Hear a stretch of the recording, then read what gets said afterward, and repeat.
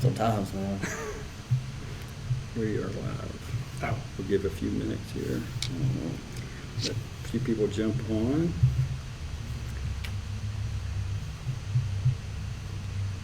Got people waiting to watch us here. Tom Parrish, citizen. Good afternoon, everybody. Oh, I'm sorry. Hold on. Share the video. Tom Parrish, citizen. Good afternoon, everybody. I'm sorry. Technical difficulties. We are live. Sorry it took us a few minutes. We're about 20 minutes late. I apologize. We were getting everything set up and going over our agenda items. So with me tonight is, of course, Aaron Hoyle, Lance, Good evening. and we got Mr. Byron McCoy Jr. that is here. If y'all have seen anything with the school board meetings, Byron has, he's been a champion. Byron, we're glad you're here with us tonight. All right, well, we're going to hand off right now to Aaron. Aaron's got a monologue that he's going to open up with, and then we'll get back to the agenda, and I'll kind of go over the agenda real quick before he goes into the monologue. So we're going to do a recap of the town hall meeting that we had, where we had the health officials there and representatives that either zoomed in or that was there with us in person. We're going to also be covering the school board meeting. We've got a few things there to cover that took place this past Tuesday. We've got some policy changes that's taking place. We will go through each one of those policies. You'll be able to see those on screen, and we'll cover those with you. Then we've got some curriculum things, some books and things that we would like to, we've got some information there that's a little bit disturbing here in Ouachita Parish that you may have heard about, but we're going to dive in a little bit deeper on it. Then we're going to go in and we're going to cover a little bit of the Astro World catastrophe that took place this week. And there's a lot of information in behind that. And we'll try not to go too deep, but there's real issues and there's real, I'm just going to be honest, there's real demonic forces that's at work in this nation, in this world. And some of the things that was taking place in that setting is very disturbing. So we're going to cover some of that. Then we will wrap up and we will cover each of the constitutional amendments or the proposed constitutional amendments that's on the agenda for this year for being voted in. And we'll go through those. We may not understand everything because they make this stuff as confusing as they can sometimes, so that they can get what they want out of it, and we kind of get stuck with paying taxes that we shouldn't be paying. Well, we shouldn't be paying any, but anyway.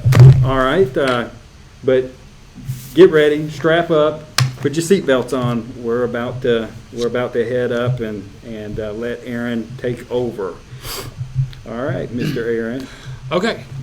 First of all, if you're watching, if you would share the video. That's right. Michael's going to share it on multiple pages, but obviously the more people we can get to share the video, the better reach we'll have. So if you would share it, we would definitely appreciate that. So I want to start out talking about propaganda, because I think propaganda kind of ties into everything that we have going on right now. But specifically, and first of all, let me say, do not believe what I'm telling you. Don't believe a word I say. Research this, and if there's anything that's questionable, look it up for yourself. So our intelligence agencies, since our intelligence agencies were put into play, there was a law. It was the Smith-Mund Act, M-U-N-D-T Act of 1948. And what that did is that prevented our intelligence agencies from performing propaganda against the American people. So you've got places like, you've got the CIA, the NSA, I'm not sure when they came into play, but you've got all these foreign intelligence agencies and domestic intelligence agencies, and they were restricted from propagandizing the American people. Now, we should all know, hopefully you know, that we've been influencing foreign elections and foreign acts for decades. But we were always protected at home because there was a law that said you cannot operate against American citizens. Well, in 2012, they put an amendment in the NDAA, which is the National Defense Authorization Act. This is an act that comes up every once in a while to fund the military. And you know how they don't like to vote for individual bills, because if you have to vote for an individual bill, it gets more attention. So they like to lump these bills all together and then vote on them all at once so that you really don't know what's being voted on. So in the NDAA in 2012, there was an amendment that negated the Smith-Mund Act. So that essentially made it legal for the U.S. government to perform propaganda against its own citizens. So when you watch the news, and I hear this a lot, well, I heard this on the news.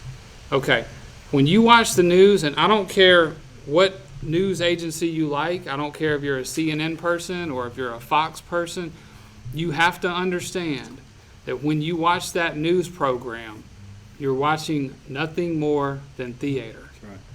And I'm not saying that all the programs are like that.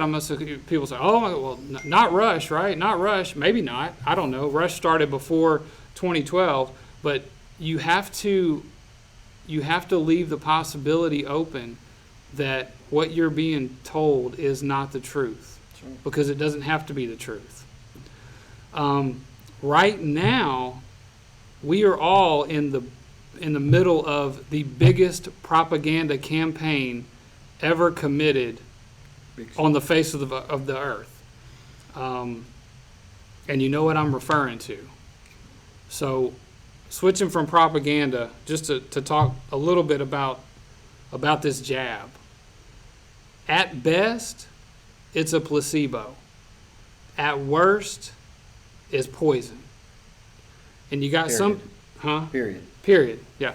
You got some people in the middle that, oh, yeah, we had headaches and we had a little fever and then it went away. But even then, even the best case scenario that we're being given of what this thing does is it reduces the effects. It doesn't stop it. It doesn't stop you from getting it. It doesn't stop you from transmitting it. But it may take it down from a 10 to an 8. So that's best case scenario. We have people that have got it. I've got people in my family that have got it. I don't know if y'all have people in your family that have got it. Yeah. But and I think that's confusing some people because my aunt's got it, my uncle's got it, my dad's got it. I've got a lot of people in my family who have gotten it, and they've not had adverse reactions. So I think that confuses some people to say, well, I know people who have gotten it and they've not had any problems, but last weekend we had 11 teenagers and 20-something-year-olds have cardiac events in Houston. And there's also propaganda going out now. You'll see, I can find it for you, but there's propaganda that says kids have strokes too. I don't know if y'all have seen that, but Yes. there's things going out right now that says, hey, we just want to alert you, kids have strokes too. And Next, there will be heart conditions. right. Kids have heart attacks. And the answer is no, they don't. And if you have a child that's, I don't know, 8, 9, 10, 11 years old, if they do have those type of issues, you would have known it by now. You would have known it before they got to this age. Those type of things happen when children are very young and they have issues. And then they're discovered it's something terrible. It's some kind of terrible disease. It's it's cancer. It's leukemia. It's something like that. Or once we get older and we've sat on the couch for 30 years and we've eaten all the steak and all the hamburgers and stuff. But from 14 years old to 27 years old, all of a sudden you're having cardiac conditions? No.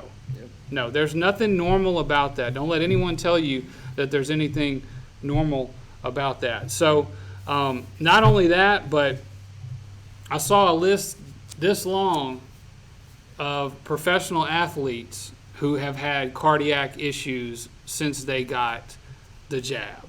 And we're talking about people who are paid to be in tip-top condition. That's all they do, is they work out and they strive to be in peak physical condition, and they're having cardiac events. And just one last thing, as a reminder or as an alert, myocarditis, you don't recover from that.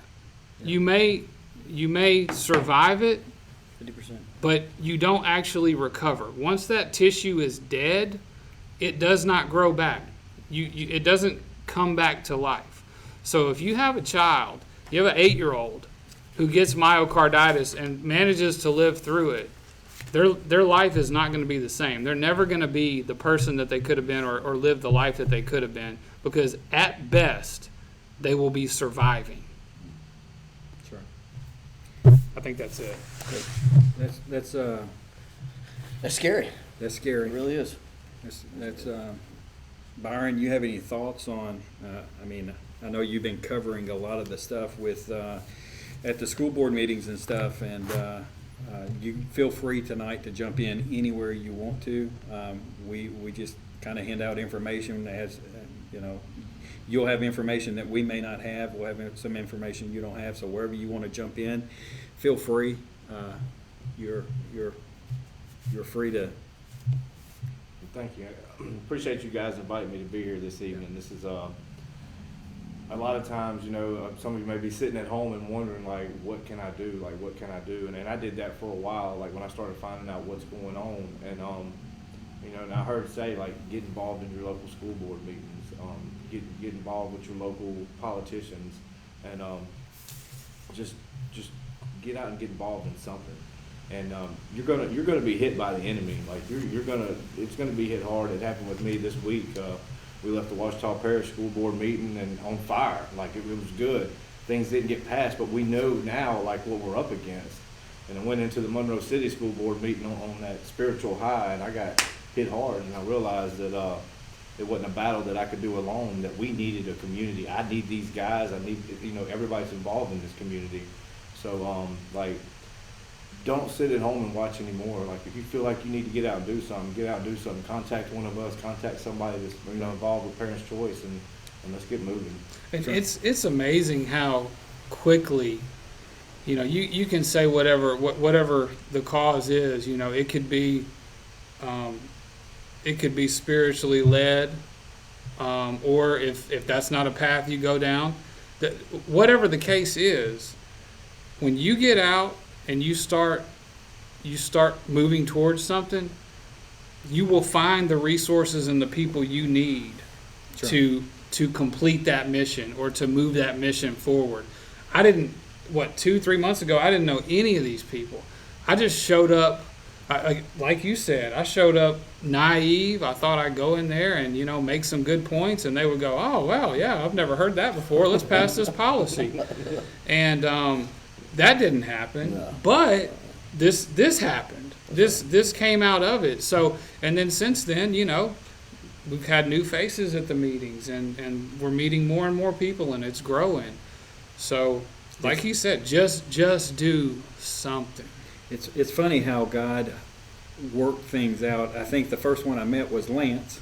He approached me, hey, you want to do an interview? And so I was like, okay, yeah. Sure. And then we lost contact. I lost his phone number and stuff. Then I guess a couple of weeks later, you contacted me, yeah. And it was like, "Hey, we need to do something. Yeah, we need to do something. We need to do something." Yeah. I'm like, "All right." And so I shared some things that my heart and passion is to help the constituents, the parents, and teachers, the staffing of Ouachita Parish. We need, for what I feel like is coming, a mass exodus from public schools because vaccinations is not going away. I don't think mask is going away. I think it's put to bed for a minute. No, it's the boa constrictor. They squeeze you, then they let you breathe, and then they squeeze you more. But whenever the vaccinations become a law, and it becomes, or maybe not law, but a mandate, and it becomes enforced 5 years up, you're going to see kids leaving these public sectors. They need a place to go. We need schools in Ouachita Parish. I don't care if it's co-op. I don't care if it's private schools. I don't care if we have to home things and rent places to be able to get 2 teachers in a building and get 15, 20 kids in that setting all over the parish. We need to be ready to educate the children true education, true history, real math, real life stuff, biblical values, not this false evolution stuff. This is our future generation. Satan is on attack, and I'm not saying it's the people, these school board members, but Satan's using, and Satan is great at deceiving and twisting and turning things, and it's happening. We've got to have some true righteous teachers, men, women of God that's going to step up and say, no, here's the path. This is the path that Christ has us going. This is where we need to be. We've got to stay on this path. We've got to have these institutions ready, or get your kids at home and let's get some teachers in there. And I don't know what the fix is, but my heart's there. Lance, we've got some ideas. We've got ideals. Yeah. And we've got people in this community that has money. That want to help. It's not just the school board that has $76 million. Right. We've got big money people in this parish, and once they get the heart of what's really happening in the spiritual sense, God is going to open the eyes, and He's going to. I'm not worried about the money. I'm just where I want to be ready for is to be the proactive, and we're not having to react. That's right. We're having to Get ahead of it. How long ago did they come out with Common Core math? Oh, How long is that? Maybe 10 years? About 10 years ago? About 10 years. So I was thinking about this the other night, and I could be way off base, but I feel like Common Core math was a test. Yeah. Yes. It was like Can we get dipping away their with toe. this? Yeah, can we get away with changing the curriculum for something that doesn't need to be changed whatsoever? I mean, you hear it all the time. We went to the moon with something less powerful that's than right. this. World War I, too, was Right. way less than that. So you got Einstein. Einstein wouldn't have used Common Core math. No. But so they managed, and I even saw, I think it was Project Veritas, it was a video like that, where they said Common Core was about, we need to sell more textbooks, and we have no reason to sell new math textbooks I don't because know. math isn't changing. Well, that makes a whole lot of sense. though. Think Yeah. about it. Yeah. Why do we need new math books if they're not torn up? Yeah. So they come out with this new thing of Common Core. Now they have a whole new reason to sell all these books. Yeah, look who owns those publishing companies Mhm. as well. And so that was successful. You had pushback from parents like, oh, well, this is stupid. Yeah. But at the end of the day, nobody really objected. I mean, everybody kind of went along with it. Right. And so what do you got now? CRT. Yep. CRT, and it's coming fast. I think it may already be here in some part. It is. Well, It they is. say it's in everything. They put it in every subject, even subjects where race I mean, doesn't have right, anything to do with anything. In a word problem, they'll use it. Right. You know? That's right.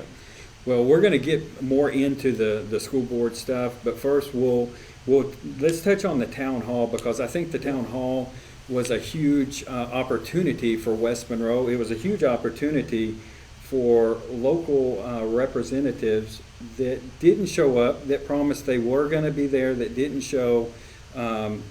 Lance, just a week and a half before, who was it? Jay Morris, Jay Morris. told you That's right. that he was going to be there. Yeah, Senator Jay Morris said he would be there at town hall. And so he wasn't there. No. But now he did not have a previous lip syncing engagement. No, he Correct? did not. But there was Okay. a few that did, I think, weren't Okay. there? Well, Eccles had a lip Michael, syncing engagement. and I'm going to be fair with Michael, because every time now I personally have not talked with Michael, Representative Michael Eccles, but every time that someone from PCLA has, he's right there. He's put out his phone number.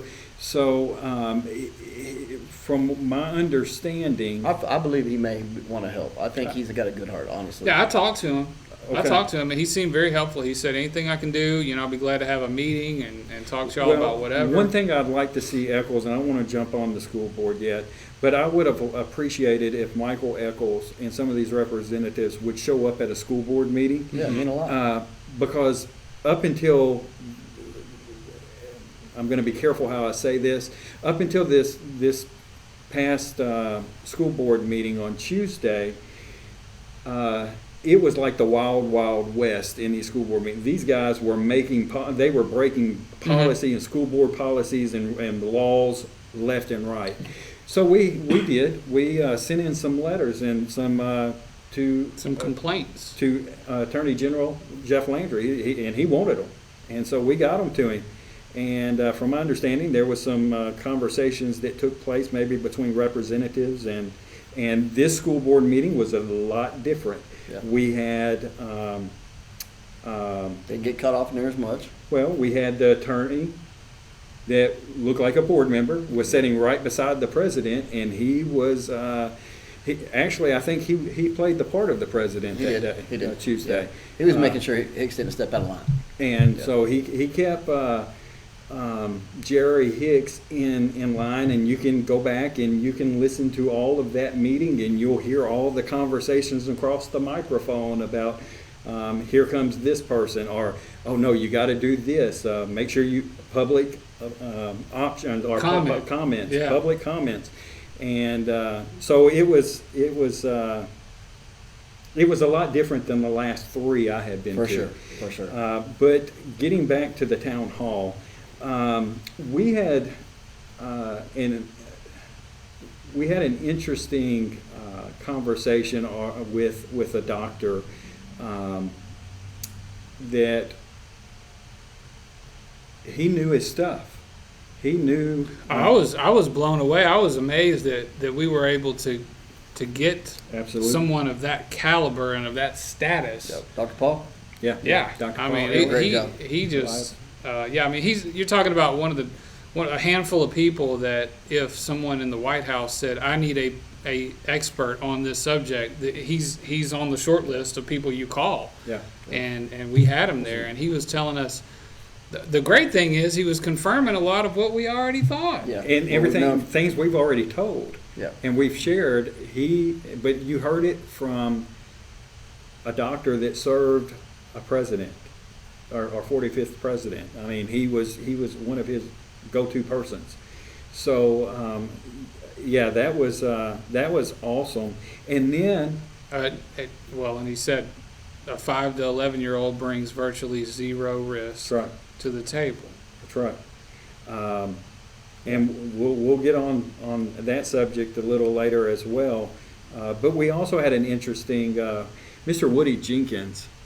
That guy is, in my book, is probably a constitutional scholar. Oh, for sure. Oh, yeah. He is, I mean, he's And a written. state constitutional, it's not just. Yeah, that's right.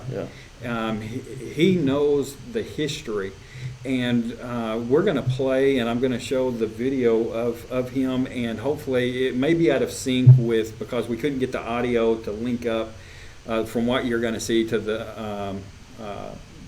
audio that will be coming across. So the lippage may be off, but you will hear the context of the conversation, of the monologue that Mr. Jenkins gave us. And I'm not going to, a lot of you may have seen it, but we're going to go ahead and share it. I'm not going to spoil the bag of eggs here, but it's interesting. So we'll go ahead and jump over there and play that video for everyone.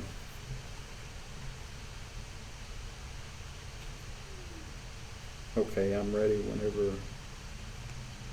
Whoops, sorry, got the wrong one. Okay.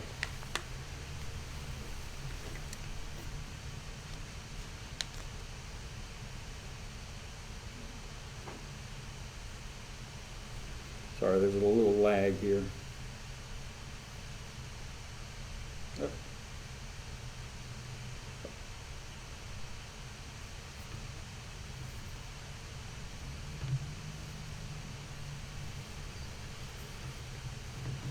You got audio of that one? You want me to play it? Yeah. Okay. Yeah, we'll play it through the microphone. Is that what you wanna here. do? Okay. And that way they Yeah, can, for sure. they can hear, like I said, it's gonna be off a little bit, but they'll. It's okay.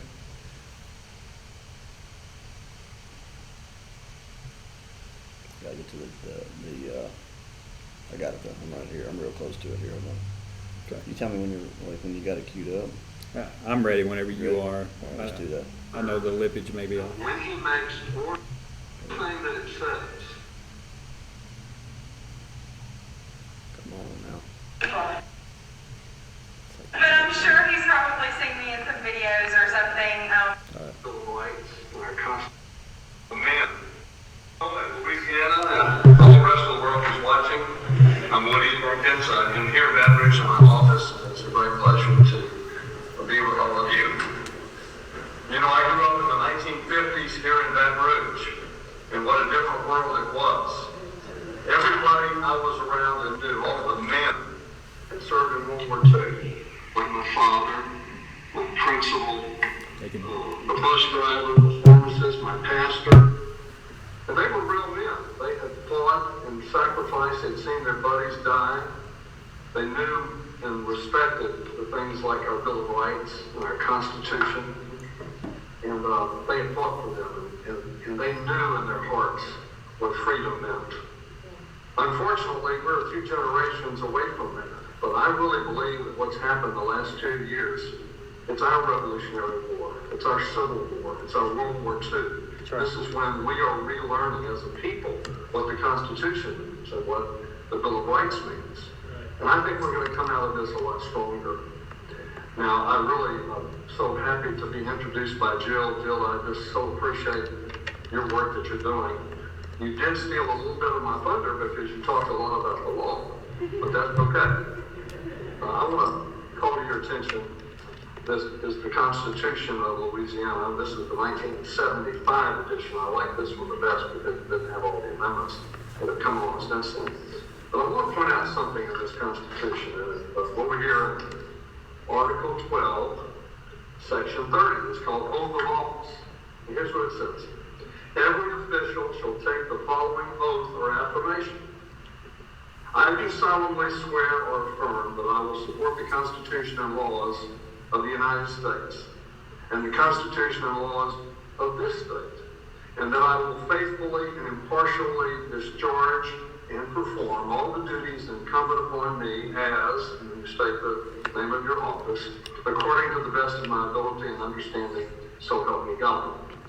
So in 1972, when I was sworn in as a young state representative, 24 years old, I took that oath. It's the same oath that John Bell Edwards took, our Attorney General, all of our legislators, to defend and uphold the state Constitution, which has many legal rights in it protected that are not in the U.S. Constitution. Every Constitution of every state is different, and we can't take away any of the rights in the federal Constitution, but we can protect additional rights, and that's, of course, what the Louisiana Constitution has done.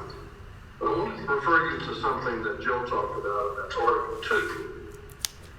Because I think it's a much neglected but very important part of the Constitution. It's Article 2 is distribution of powers. And it says this, Section 1, 3 branches. The powers of government of the state were divided into 3 separate branches: legislative, executive, and judicial. Section 2, except as otherwise provided by this Constitution, not by statute, but by this Constitution, no one of these branches or any person holding office in any one of them shall exercise power belonging to either of the others. No person holding an office in one of those 3 branches can exercise powers belonging in the other 2 branches of government, except as may be provided in this Constitution, not by statute. So this is our real problem the last 2 years.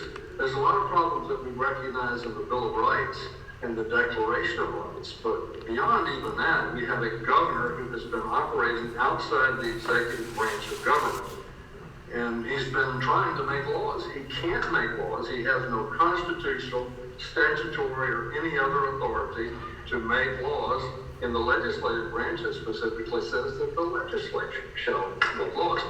But all over this state, we've had people, whether it's someone as you walk into Whole Foods telling you that wear a mask, it's the law, to our school board in Central just recently saying that the governor's orders to wear a mask, that's the law. Well, it's not the law. Laws are made by the legislature.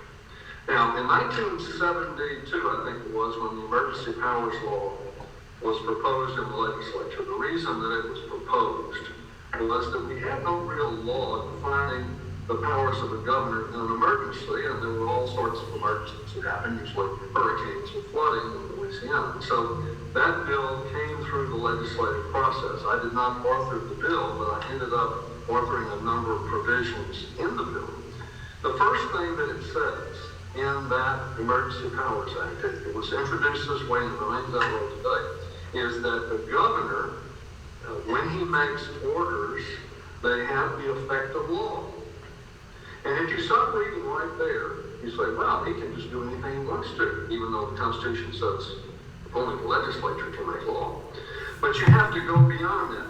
The governor can make orders that have the effect of law. That's true, but let's think about what that means. Let's suppose a police officer pulls you over and says, madam, I see that you were going 20 miles over the speed limit. Would you mind showing me your license and your insurance and step out the car, please? And when you step out, he smells alcohol on your breath, and he proceeds to test you. And finally, he says, Adam, I'm afraid that I'm going to have to put you under arrest. Place your hands behind your back. And you see, that order, given the right circumstances, is a lawful order. It has the effect of law. It's not a law. He didn't make a law. What he's doing is he's enforcing the law by his order. That's all the first section of the Emergency Powers Act means. The governor can make orders pursuant to this statute that have the effect of law. And then it says what kind of orders he can make. He can make orders like closing roads, commandeering buildings, and there's a list of very specific things that he can do in an emergency. It's a finite list. There's no catch-all that says that he can do any and all other things that he might choose to do. The statute is spelled out by the legislature, enumerated things that he can do. If you look in that list, there's nothing about closing businesses. There's nothing about locking down the state. There's nothing about ordering masks. That's not in the statute in the Emergency Powers Act. But you know, when you get on television every day, day after day after day for 3 hours, and you tell people that you have the authority to do these things, and you're doing these things, and it goes unchallenged in the media, people begin to think that you have the power to do it, regardless of what the Constitution says, regardless of what the statute says. If you go through that Emergency Powers Act, there are a lot of things in it, such as the power of the legislature by either house to terminate an emergency. And by the way, you know, the governor, when the House of Representatives signed a petition to terminate the governor's power, he kept on exercising those presumed powers. And he went into district court and he sued the House of Representatives to have it declared that that provision of the Emergency Powers Law was unconstitutional. Well, I don't know if you saw it, but just this week, the Court of Appeals here in Baton Rouge, the First Circuit Court of Appeals, threw the governor's lawsuit out. I don't know if the media told you that. They gave lots of ink to the fact that he had sued the House of Representatives, but they haven't really told you that his suit was thrown out. It's no more. There were some things about that suit. Number one, it was moot. But another thing that the court said was that you have to realize that the way the courts operate is once a statute is passed, it is presumed to be constitutional until there is a ruling that it's not. So when the governor ignored the statute, he did so before there was any court determination on the question. He just proceeded to operate in a lawless fashion. And he has, in fact, been the major lawbreaker in our state since March of 2020. And he should be in prison right now.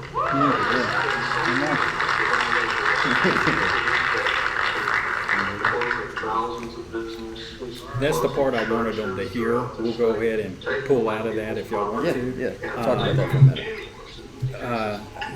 minute.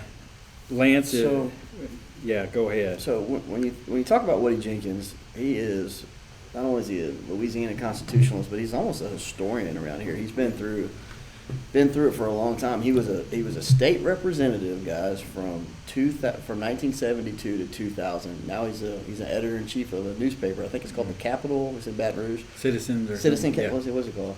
Capital City News. Okay, Yeah, Capital yeah. City's News. You know, and when he speaks, you listen because he's seen it all. You know, I mean, he was talking about, you know, what I thought was great was, you know, you see how the times have changed, okay, and when he's growing up in the 1950s, you know, all of the men that he knew, okay, all of them, the bus drivers, the school Yeah. teachers, the pastors, the cafeteria workers, they had all fought in World War II. Right. Okay? And he relates it to where we are in this day and age, that this is, you know, and I've said this before, this is our revolution. That's right. This is our chance That's right. to take our country back. Yeah. And the only way that they get this country from us is if we give it to them. That's right. You know, this right. is our opportunity to do it. You know, and when you when you look at a guy that actually knows the law, that was involved in the amendment to the Constitution, when a guy like that comes out and says, the biggest lawbreaker over the last 2 years was our governor. He should be in prison. Yeah. Okay. Okay. He should be in prison. And you know what's amazing about that is that a lot of us, we knew that. That's right. Okay? We knew that every unlawful, nonsensical mandate that he put out there Yeah. was against the law. Yeah. Okay? And they used the Emergency Powers Act. Okay? Yeah. Well, like he said, the Emergency Powers Act was not a catch-all. Yeah. Emergency Powers Act was very specific of right. what he could do. But when he gets on the media and he says, hey, mask here from here, mask here to here, all the schools have to have our problem is They believe what everybody believes. it goes back to what Aaron was just talking about. That's right. Propaganda. That's right. Okay? Well, yeah, and two, when you have the sheriff's department Yeah. that will back this crap up, Yeah. I mean, And it not leaves just us, in Baton Rouge, but all across Right. Louisiana, And that's what's so important, including guys, Ouachita Parish. is, and I've said this, that our sheriff, okay, is our last line of defense. Yeah. So if people are not awake by now, okay, we need to make sure Yeah, that the sheriff is in office now as a constitutionalist, and he's going to follow the Constitution. that's right. Okay, he's not going to break the law. He's not going to follow unlawful mandates, and he's, for the most part, from what I've seen, he's done pretty good at that. Okay, I don't know him personally. I don't know our sheriff, but I know that he was not allowing his sheriffs to arrest people for not wearing masks. They didn't go with that deal. But we need to make sure that the sheriff has to allow the federal government to come into your parish That's or right. county or city. So if they ever tried to come in and try to mandate something or line people up for shots or whatever, like what they're trying to do in Australia and Right. Italy and those places right now, that's your last line of defense. So people at home, know who your sheriff is. Get to Right. know your sheriff. Make sure he's a constitutionalist. Make sure he's a good person, you know? Yeah, we're all over the state right now. I mean, it's shared through many groups from North Louisiana to Northeast Louisiana, to Northwest Louisiana, and all the way down to South Louisiana. So this information is for all of Louisiana. Like Lane Yeah, said, and- make sure you know who your sheriff is. Have conversations with That's your right. sheriff. We Most make of sure- them are great guys. Like, Yeah. you know what I mean? We just need to get to know them, and you need to know Yeah. where they stand, you know? That's right. Because Well, you're truly your last line of defense. and don't assume anything. Like Sure. we have this, we have this assumption that because we're not experts in some field that we look at the people who are supposed to be the experts and they may not be. I mean, Right. every doctor doesn't know everything. No. Every teacher doesn't know all the facts, and every law enforcement officer doesn't know the law. That's right. And that's just the nature of the job. I think what is what's it called for law enforcement? Oath of office? No. The 6 months. The Probationary period? not the boot camp, but the Police academy. the academy. So they go to the academy. I think it's 6 months. It's pretty standard. And how long does a lawyer go to school? Was it 8 years? 12 years? No, you got 2 years of law school. You got got- okay. So you yeah, got you law got- school. You got to go through. You got to go through 6 years of college and 2 years of law school. Okay, and then you probably got to Typically. work Eight- underneath an 8 years. attorney Yeah, for right, some right, period of time. right. So look at all that time that they're dealing with law, and then not just law, they're specified in some area of law, bankruptcy law, divorce law. I mean, they're very specified, and we expect police officers with 6 months of training, where a lot of that training is knowing how to handle a gun, knowing how to protect themselves, Protect the community. knowing how to yeah. drive a car in a safe manner in high speed situations. They're not lawyers. No, that's and it's unrealistic of us to think that they are, but when we approach that, we have to do it in a respectful manner.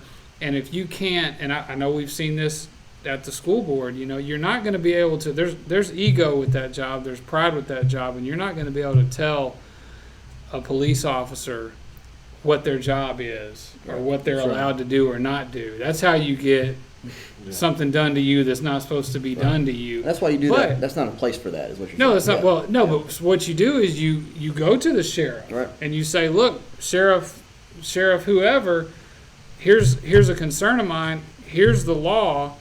Bring the evidence and say, can you please make sure your deputies understand this? Sure. And then he can roll the information out in an appropriate way where it's not you sitting up there telling the cops what they're going to do and what they're not going to do. Right. Because trust me, that's not That going ain't to gonna work. work. That ain't gonna No, work. that's not And, gonna and that's what kind of happened with it's. I mean, you put it on the same track of what happened over this last 2 years was that these people were blatantly breaking the law. 30% of the population knew they were breaking the law. Okay, but the other portion of the country was like, or this area was like, well, they told us we had to do this. We told us we had to do this, and they just went along with it. And what did they do? They just kept taking and taking and taking until finally start people putting their foot down and say, you know what? We're not going to let this nonsense go on anymore. But that's what I appreciate guys like Woody, is that you can appreciate a guy like that that's seen it from growing up in the 1950s, growing up through those wars and seeing his actual role models. I mean, let me ask you this. How different are the role models today than they were back then? Well, they don't even know if they're men or women. So That's a role model for what? That's right. And that's kind of lead into what we were. That's a good like. Good Look, yeah. Before we go there, Yeah. can we take a commercial break Take right a here? commercial break, man. We've got a few people on here. They're saying hello, and then we've got a lady. I'm not sure where she's from, but she's maybe here in Ouachita Parish. She says, "Hey, this is an answered prayer. The fathers are rising up." Before we came on, actually, last night, that was one of the prayers that, and I know all of us have been praying, is that why is it that the women have been the mama bears to jump out on this? Good question. Men, we need righteous men and righteous men, fathers, husbands, dads, young men, old men. We need righteous men. We need you to stand up. Listen, we understand that this can be uncomfortable. Byron understands how uncomfortable where maybe Lance, Aaron, and myself have been in the past couple of months. It didn't look right, didn't feel right. It's okay. Come and stand behind us, and even if you say, I believe in what you're doing, but I just don't know that I can go and sit on a podcast. I don't know that I can go talk at a school board. It's okay, because there's strength in numbers. Iron sharpens iron. If you'll get in contact and you'll get with some men across Louisiana, if y'all will gather together, start having some breakfasts. We've had breakfast, and get some friendships and start talking about your freedoms. Start getting involved. The school was right now. School boards is hot because this is where everything's happening at right now. Our kids are being they're being abused. Well, they're being this is the one thing we indoctrinated. They're can being control. used as I mean, pawns. this is our direct Yeah. source and our direct source to control to what's going on, because we can't control what's going on. Guys, DC. men, women, what's going to happen in 12 months whenever we 5 men, 200 men, 1,000 men out of the state of Louisiana stood up, but it wasn't enough, and so we lost every right because of the namesake, just the namesake of health.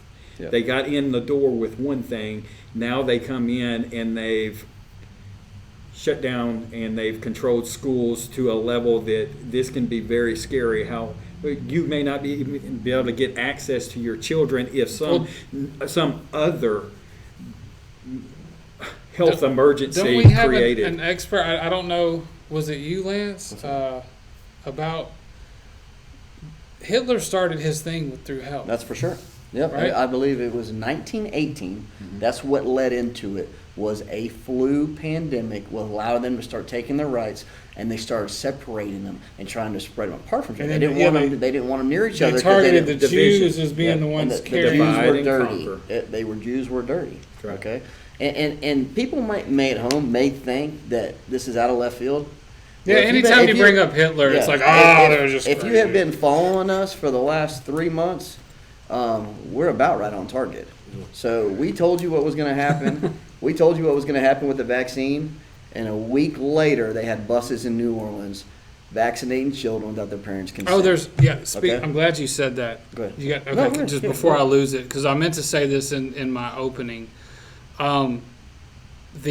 Apparently somebody in New Orleans has a brain cell, which is hallelujah. Somebody in New Orleans has a brain cell because the Fifth Circuit Federal Court I believe there's a lot of constituents down there that have a lot of brains. Yeah, for sure. But it's the is the people in representations. charge. Yeah. Right. Well, so this would have been a judge because the Fifth Circuit put a stay on the federal mandate of 100 employees or more Yes, that's right. having to be vaccinated.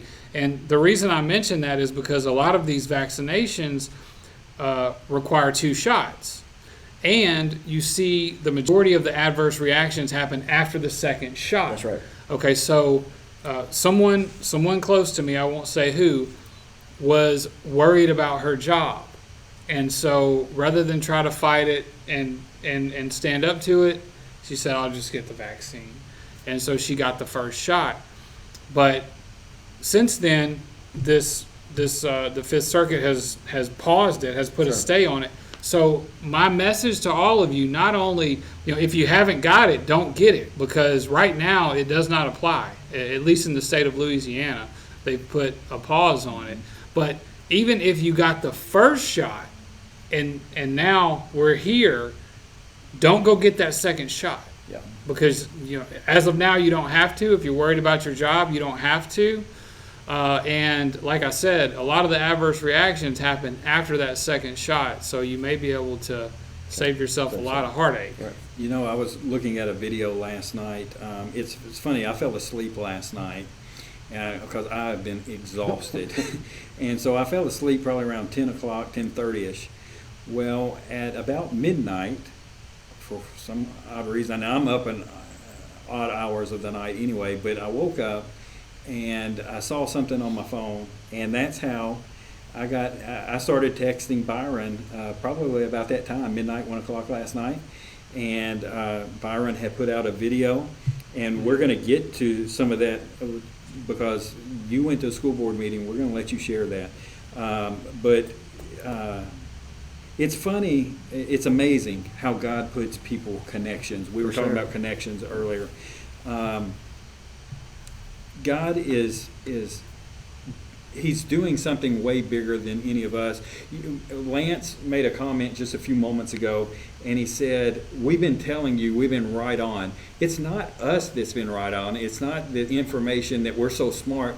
It's that God has given us the information in different aspects, and we've done studies and led us and has led multitudes of people to us to give information in studies and researchers.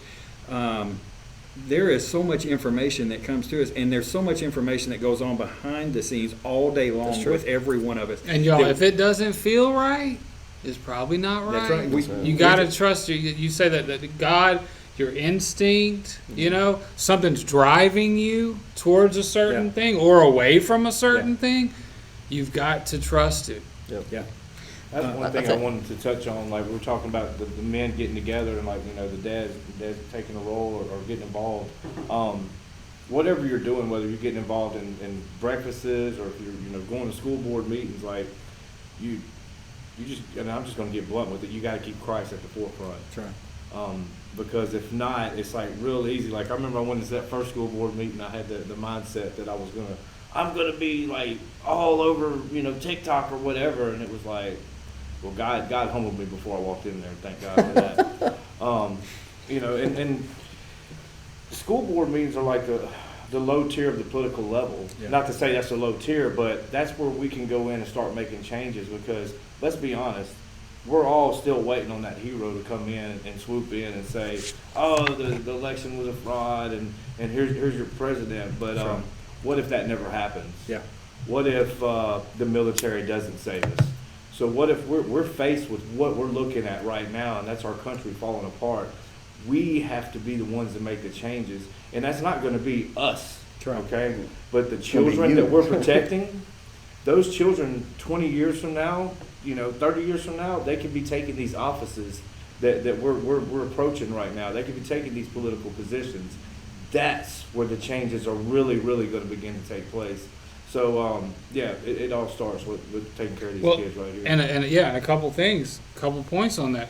They are going to be taking these offices in one way or the other. Are they going to take Regardless. it indoctrinated, Right. propagandized, Yeah. or are they going to take it with constitutional, the 18, Yeah, or and- the, I'm sorry, 1776, 1777 error with the Constitution? Right, and by that point, we're in our 60s and 70s. Yeah. And don't wish you'd done something when you were younger. You will never be as young as you are today. That's right. You will never be as young as you are today. And the school board it's the lowest tier, it's the easiest thing we can affect, but and they know this, it's the most important thing we Definitely can most affect. important. I mean, it's the Because kids, Generation. if they get that, That's right. everything else becomes easier as the kids get older. So where do you? I mean, that's what I'm just a question to us is, and the people at home is. 20 years from now, when your grandkids or your kids are saying, "Hey, when these people were trying to destroy our country, just trying to destroy our Constitution and take all our freedoms away, Yeah. what did What you did you do, do? Daddy? What did you do, Grandpa?" Well, Lance, guys. Well, my hands were tied. This, Yeah. this Great is where memes. this is where I'm at right now, or this is where I was at in my teenage years Yeah. with Grandpa and Grandpa. Why did y'all not stand up for prayer? Right. And why did y'all And it's let prayer and frustrating. Bible You know why? taken out of school? You know why? Because the church told them, "Hey, we're just going to pray about it, and we're just going to let God handle it." Right? Well, yeah. Then there's some. What do they say? There's some that would have just prayed for Goliath. Yeah. And we're not bashing churches. We're bashing, not even bashing. I mean, a Where little has bit. the church been? Where has the church been? Well, at? what I'm most concerned about is they have done, and when I say they, I mean the propagandists and the government. They have done such a good job at the divide and conquer with this whole medical situation. That the church is almost the enemy in some I places. drove past a church today and on my way to Bastrop, and it said we are having virtual church, or church is being Yeah. social distance or whatever, and it's like, Now, give me a well, break. what are you doing? Like, the mask mandate is over. Like, you have no legitimate reason to not come together anymore. But people are so divided in the church, and you can get that. Like, Yeah. I'm on a different front here, and maybe I'm just being too holy. I believe in Jesus Christ. I believe in the blood, and I believe in the healing power. And listen, I came off of a deathbed twice in the past 2 years. God did that. Science couldn't do it. Doctors couldn't do it. I've shared. Nobody could do it. My family had to stick to prayer, and whenever it wasn't just prayer, their faith had to be active. That whenever all the negative reports from doctors and from the science and everything else was coming in, no, we're holding our ground. We're grabbing a hold of the family, and my wife was I mean, Yeah. And you had to believe. exactly. I knew. Yeah. I knew You that had to no matter know. what, You had to know. That's right. Exactly. You had And to so I'm a product of a miracle. I know that. But each one of us are. I've heard some testimonies here between these guys. I'm not going to share it, but we're going to have a session. We're going to just share testimonies. Yeah, that'd be great. Man. That'd be great. You know, I ate a bottle of Tylenol when I was like 4. Really? Yeah, Dang. the orange flavored ones. Yeah, I think they stopped flavoring them because that was happening to kids. That's Doctor, right. I did. Yeah. Almost died? yeah, Dr. King, Really? in Western Row. He's out in Calhoun. Uh-huh. He's got the big nice house on the hill. You know, King Ranch. Yeah. He was the ER doctor that pumped my Treated you? stomach and saved my life. That's yeah, amazing. I think it was like a 3% chance of That's living. amazing. Yeah. So that church, we've got to rise up, and I'm not talking about the four walls church. There's the bride of Christ, and there's the church that's asleep. I believe a lot of the church is asleep, awakening in Christ. Come on, wake up. It's time. Rise up, dry and dead bones. Rise up. The army has to rise now. We've Well, got in to the wake up in the now. in the civil rights movement, that's where you saw most of your leadership come from, was the church. And granted, a lot of those people, I think in today's world, it's taken a turn as far as, you know, Right. you got like Jesse Jackson and there's a bunch of them that got, I think they got opportunistic. But Well, they got political and forgot what they were fighting for. exactly, Yeah. but Started in being the about day, money. in the day, in the they time, they were on. they were on a top of it, journey. and they were willing to go. I mean, they did the stuff, and we can pull up lists of things to do. There's a lot of non-violent things you can do as far as civil disobedience and non-compliance, and you know, you take a playbook from the civil rights movement, but again, the pastors were involved, the churches were involved, and that way, you know, when you say, hey, we're going to do this, it's not us trying to, you know, It's everybody. gather up a couple dozen people. It's like a pastor talking to a congregation of 300 saying, hey, we're going to be here on this day, and then this pastor's doing it.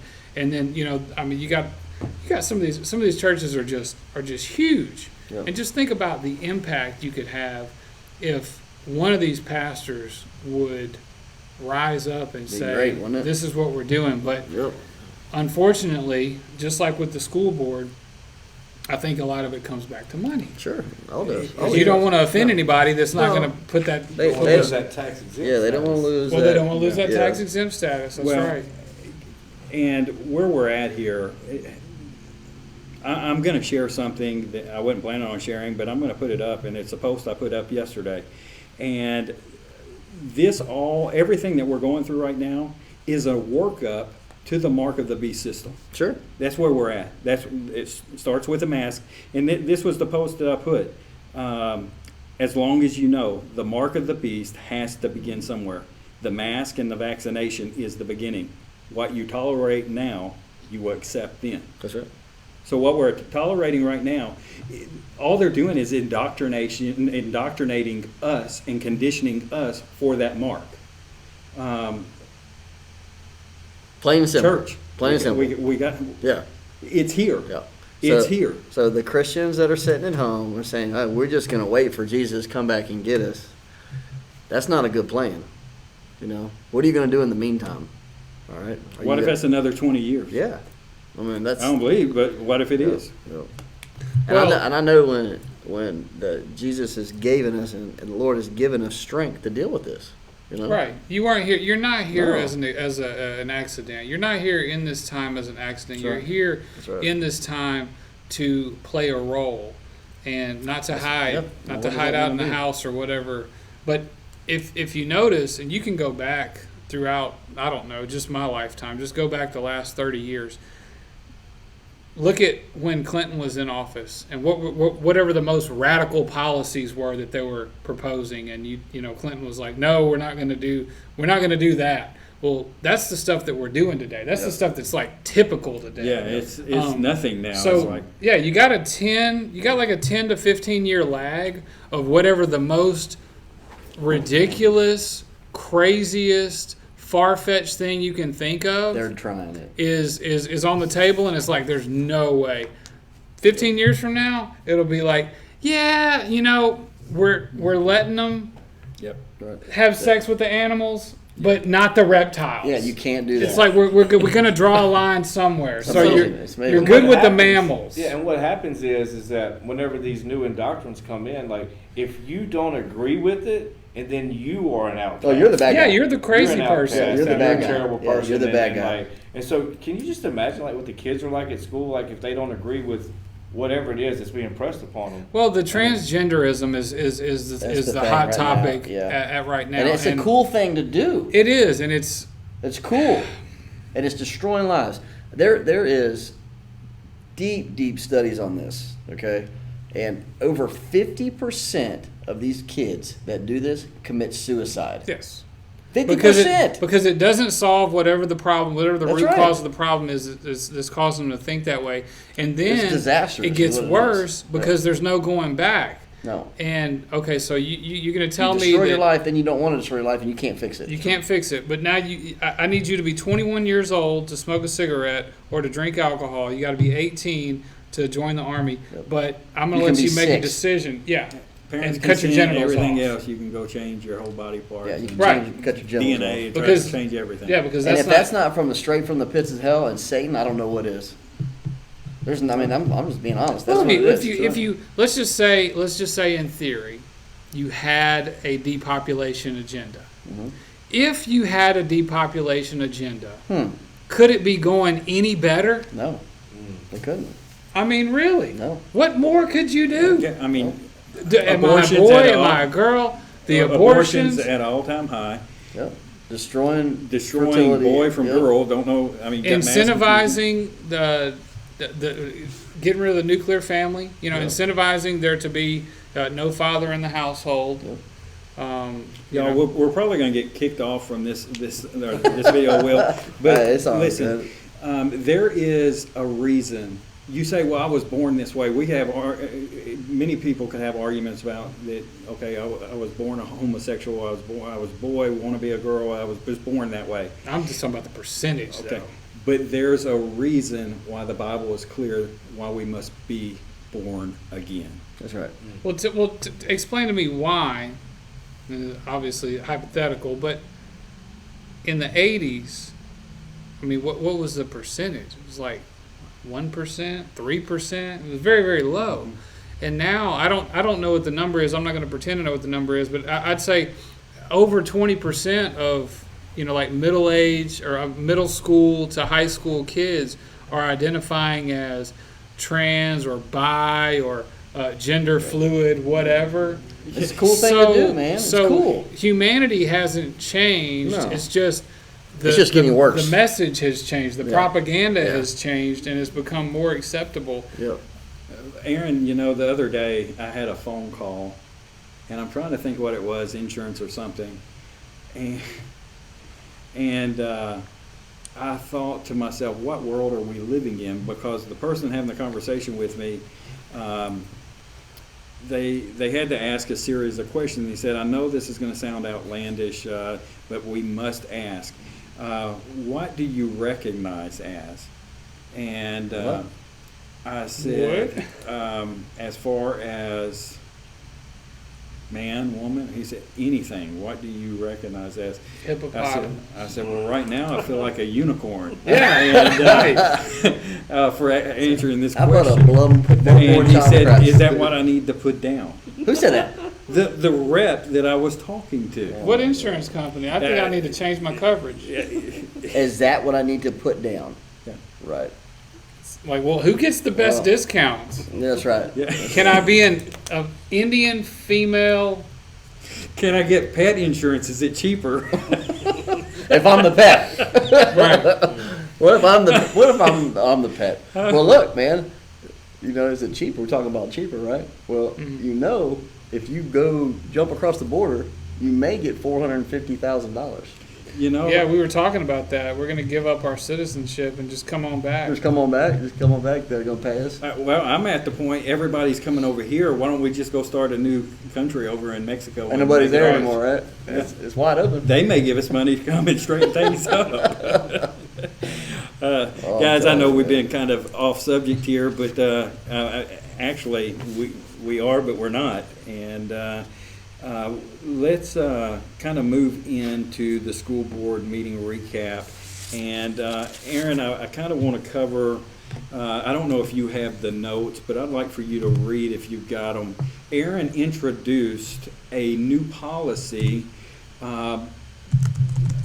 basically a health policy, health/money policy to say no to money.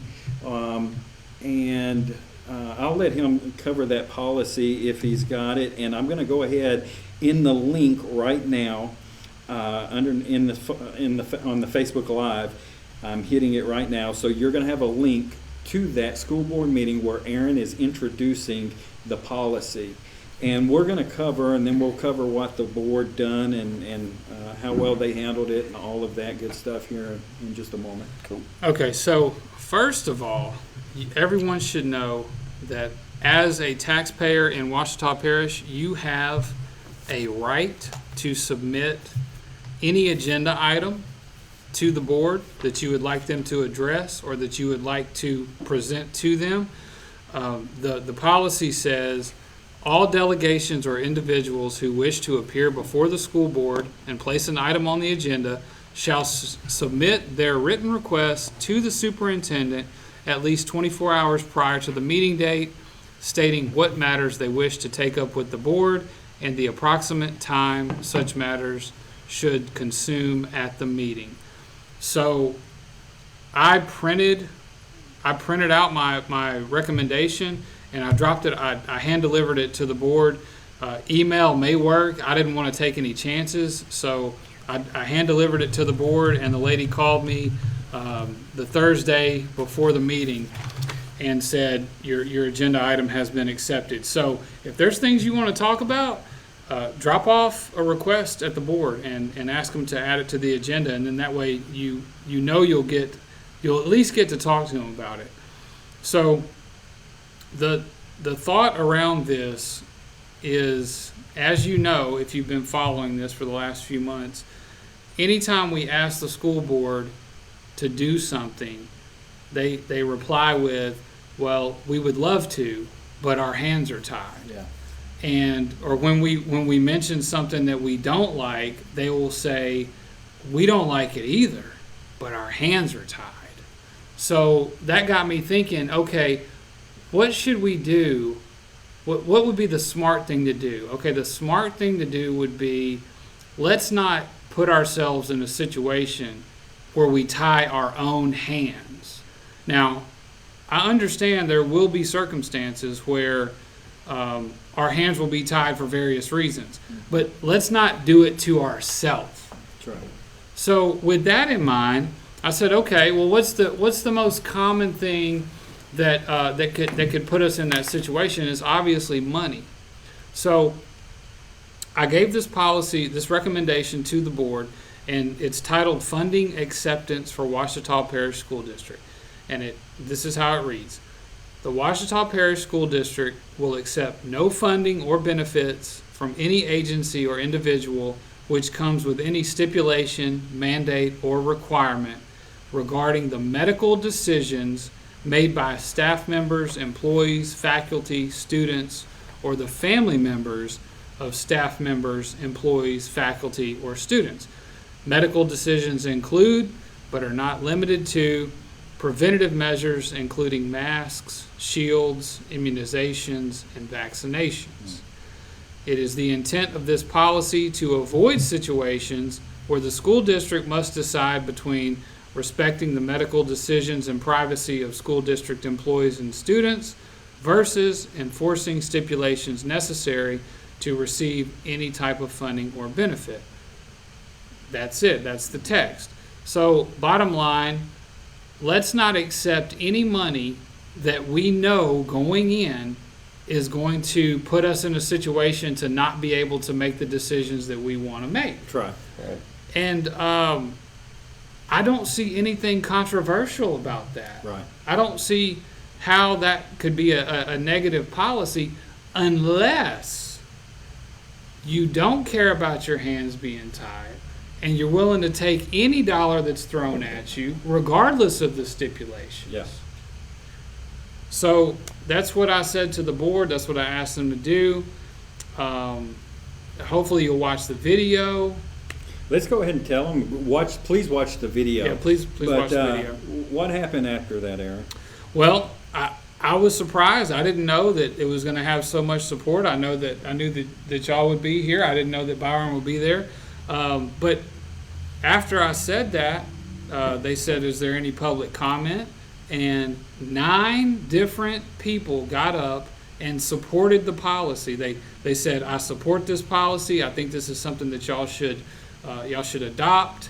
And then they had other things to say. We had a nurse come up that she gave some firsthand accounts of negative, adverse reactions that she's dealt with. Yep. And altogether, it was just excellent information. It was a very common sense policy, and they not one board member out of 7 even made a motion to vote on it. That's right. You got to have a motion and a second, That's right. and then you got to have a Vote. majority vote.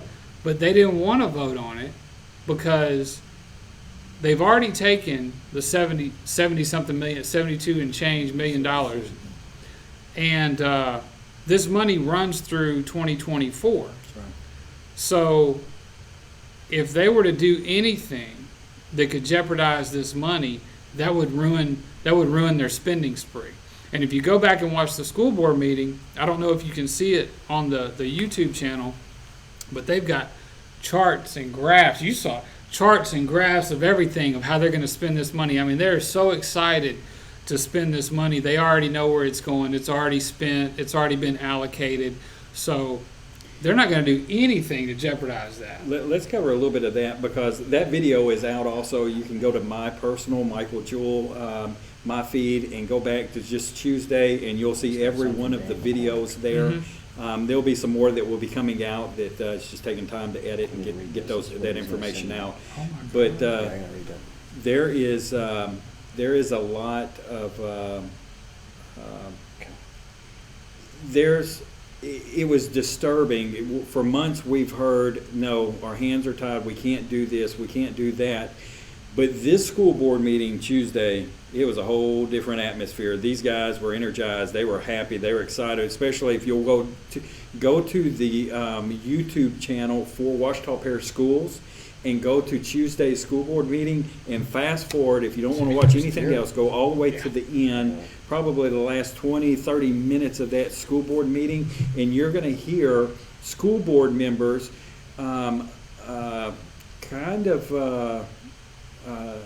they were, They were giddy. They were giddy about, I have this at my school in this district, I have this, and I need this at mine, and it was about the money that was about to be spent. I there was a big. Well, what about when Coker said, "In 42 years in education, I've never seen this much money." Yeah, This man said this. Roxy Johnson got up and she just told him. She said, "So you don't need the money." Right. She said, "Yeah." So keep in mind, this is on top of their budget. This is not money to operate with. This is their budget plus all this extra money. And what we've also learned is they have been balancing past year's budget by this money. Right. They have been playing catch up and getting all of the. They reported a surplus. They reported a surplus in their budget. I think it was this quarter or whatever. So, and they can do, this money was supposed to be for health and for a health emergency act, for a pandemic, for a plague upon us. And they are taking this money, and it has nothing to do, I'm talking about coolers for a football team, right, in a football locker. And room. what else was it? Blacktop? A blacktop for ROTC to be able to stand on and practice on. That's 2 inches thick. No vehicles can get on it or anything. No weight can get on it. But is it like that blacktop like they have at the Glenwood? Yes. Yes. That you run on? Yes. Okay. And so it's for ROTC. I'm sorry. With $72 million, why aren't we changing what our kids are learning, putting it towards education. Why has sports become the god and the greatest thing? What's the chances, Lance, what's the chances of how old's your son, 2 years old?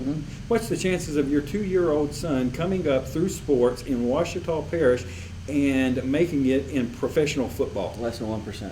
Okay. Lance knows that because his dad is a college, or was a college football coach. So he knows. To make it to the NFL. Yeah. That's right. So, And look, we're not saying sports are bad for kids or anything, but we got to have our priorities straight. yeah, whenever we're excited about being able to use money that is forcing kids to be vaccinated, Yeah, that's the match line. them up That's the to problem. take rights away from them. But here's your cookie jar Right. for you to do our agenda. And this is what Don Coker said. He was I'm excited sorry, about it. This is what he said Tuesday. Teachers, you're going to get actually all personnel with schools, you're going to get straight across the board a $1,500 bonus. When? Right here at Christmas time. Yep. Why? Because we're going to hand this out to you because our hands are in the cookie jar and we get to do everything that we want to do with this money. And so we can have a little hush hush because now you're going to see $1,500. $1,500 of $72 million across Ouachita Parish. Teachers, you deserve a lot more. Well, and I do gotta the read something in a math. minute. Yeah, you got to read that. But listen, do the math, y'all. 19,000 kids in Ouachita Parish school system. This money equates to $3,800 per student. $3,800 per student. Okay, from 2021 to 2024. Not including the other funding that comes in. Oh, This right. is just COVID. No, money. I'm telling you, this is what they were sold out for. Yeah. They were sold out for $3,800 of additional funding per child that was not necessary to buy additional crap they don't need.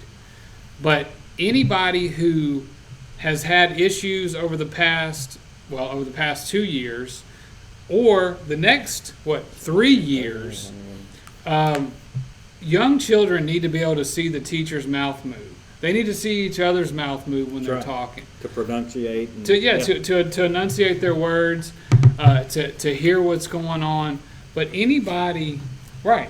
So anybody who has had issues with learning issues, anybody who's had trouble with all this quarantine junk, parents have had trouble with their jobs, trying to take off because little Timmy sat too close to little Johnny, and Johnny Yep. sneezed, and so now somebody's out of school for 10 days. Yeah. For what? So all that was worth $3,800. That's what it was worth. That's why you have lost your rights Sold them out. to. That's right. Absolutely That's right. sold them them. out. The entire parish. And just go watch this school board meeting. Please go watch it towards the middle and end. Watch how excited they were over this. I mean, they're just now getting a big bulk of this money, or it's coming in. It makes me sick. It does make me sick too. They should be. You know what though? It makes me so mad too. Is these people should be embarrassed. They should be embarrassed and ashamed of I'm themselves. gonna be like Woody Jenkins. They should be in prison. They should, man. They really should. When I went to the I mean- first school board meeting that I went to, and I never thought in my life I would be talking about this. Right. You know, Yeah, but, you and me both. Buddy. I went up there, and this was at this time I thought it was only 753,000. It was so foolish for me to think that was. We all did. We did too. And but the thing that bothered me was there was a student in one of the middle schools in Ouachita Parish, and this student she's struggling with gender identity, and a teacher was telling me about it. A teacher went to the principal and was like, "Hey, this kid's struggling with gender identity. What can we do?" And the principal told her, "Leave it alone. Leave it alone." So looking at the stipulations of this 753,000, which now we find out 76 million. Looking at that, some of the stipulations behind it is that it had to be spent towards mental health and things that happened because of this pandemic. And so I went to the school board, was like, hey, how much money are we spending to train our teachers and our principals on how to handle situations like that? Because the last thing we need to do is these transgender, gender identity issues. Last thing we need to do is shut it down, put it don't know, because then we're getting into that 50% profile. That's right. That we don't want That's to right. be getting into. So That's right. the money's This- not being put to where it needs to be put to. No. I also know a couple sales reps that work for a big sports company that is taking over everything nationwide, And these coaches were excited about this money. Oh, And I want to yeah. know why in the world they even have their hands in it at all. Yeah, That's Right. I want to know, listen, Washita Parish, we got to find out where the money's going. What are they doing with the money? They've got to be transparent with it, and they're only going to be able to do that is if you're in their face, you're calling them, you're emailing them, you're showing up at their offices. You got to find out. We're here giving you the information. We're the watchmen. We're giving you information. Trace the money. Follow the money. I've been saying it from day one. Follow the money. We got to follow the money. It's about the money. Follow the money. And why, just like Byron just said, why is the sports so excited about this money? It's not supposed to be about any of that. That's right. We could really do something really big here in Washita Parish. If we're going to accept that money, we could still turn Washita Parish upside down in the school sector for the good by using that evil money. We could. Well, and what, I don't know what the number is, how many staff members there are that are going to get the $1,500, but This is crazy. that was a straight bribe. That was a straight up bribe, no Teachers, question about y'all, it. Y'all are Good for y'all bus getting drivers, all of your you, piece. You're worth a lot more But than $1,500. yeah, that's them trying to bribe you and trying to keep you quiet, so that for the next few years that they can say, well, hey, if you stay quiet and go along with the agenda, maybe you'll get another $1,500 check. Well, I've got a question. Go ahead, Byron. I was just gonna say, like, if you take a chicken and you pluck the chicken alive and keep it alive, but you keep putting food out, the chicken's gonna keep coming and getting that food. Yeah. Even though you're That's putting good. it through pain and torture, it's gonna still keep coming back and getting the food. That's right. Going back to what some of this money's being bought, what was it, West Monroe High School for a chiller for the football team? Why are we buying a chiller for a football team whenever Roxy Johnson has been in contact with staff members at, I believe it's Pinecrest Elementary, or yeah, I guess it's elementary, middle school, elementary school out in West Washita area. And the cooks there have been complaining because they've had a oven that's been broke for a substantial amount of time now, and whenever they bring it up, it's not in the budget. It's not in the budget, but we've got a budget to go grab a chiller for a football team. But isn't it more important to have warm food for the kids at dinner time or lunchtime? Where's the priorities at? Scotty Wagner, man, you were awful excited about with your little yours and McCoy's They're a little back and forth over competitiveness of what your school has versus what his school wants, and how West Monroe, if West Monroe's got it, then we should, they're going to have the best, and that's sickening. That's on video. It's sickening what you guys done. What's the fix to this? And we're going to move on because I know Lance has got some breaking news here. But this is sickening. How do we fix it? At this point, every school board member needs to resign. They need to be removed, resign or removed. You should be embarrassed. Mr. Hicks, I don't know if you've got some issues going on medically, but you shouldn't have to have an attorney sitting next to you to tell you, bottle feed you, spoon feed you, baby spoon feeds you what you didn't hear this, so you gotta do this, or don't forget this because we got to stick to law, or we're gonna get a lawsuit against us. It's time for you, sir, to step down from your position. It's time to resign. I'm gonna talk to the attorneys. Mr. Elmer, you're not a superintendent and you're not a school board member.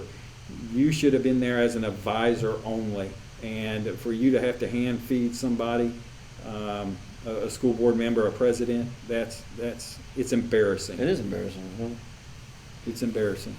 Lance. Yeah, let's talk about this. I got something. Bert, I just got this text from a representative here in the state, and this is 5 hours ago. Emergency announcement.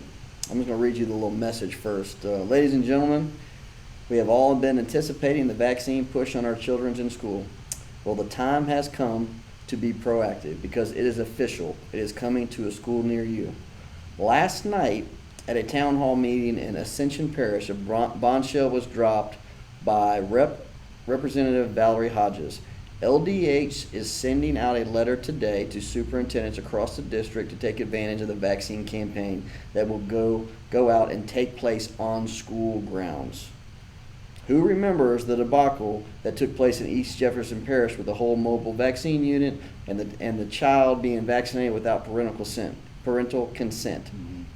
I'm attaching this LDH memo, and it goes on to here. Let me read you this letter this is from Health and Human Services, the government, and the Department of Energy. It says, "Dear colleagues, thank you for all you have done for the children and families since the outset of COVID-19. You have worked incredibly hard to get schools reopened, to keep them open for the students' needs and address multiple impacts of COVID-19. I'm going to pause right there for a second. How have the schools been impacted from kids having COVID-19? Where's the emergency? I believe the doctor said the school is the safest place anybody could That's right. be. Okay. He said this for the teachers in particular, it is the safest place they can be because the kids present virtually no danger. Okay.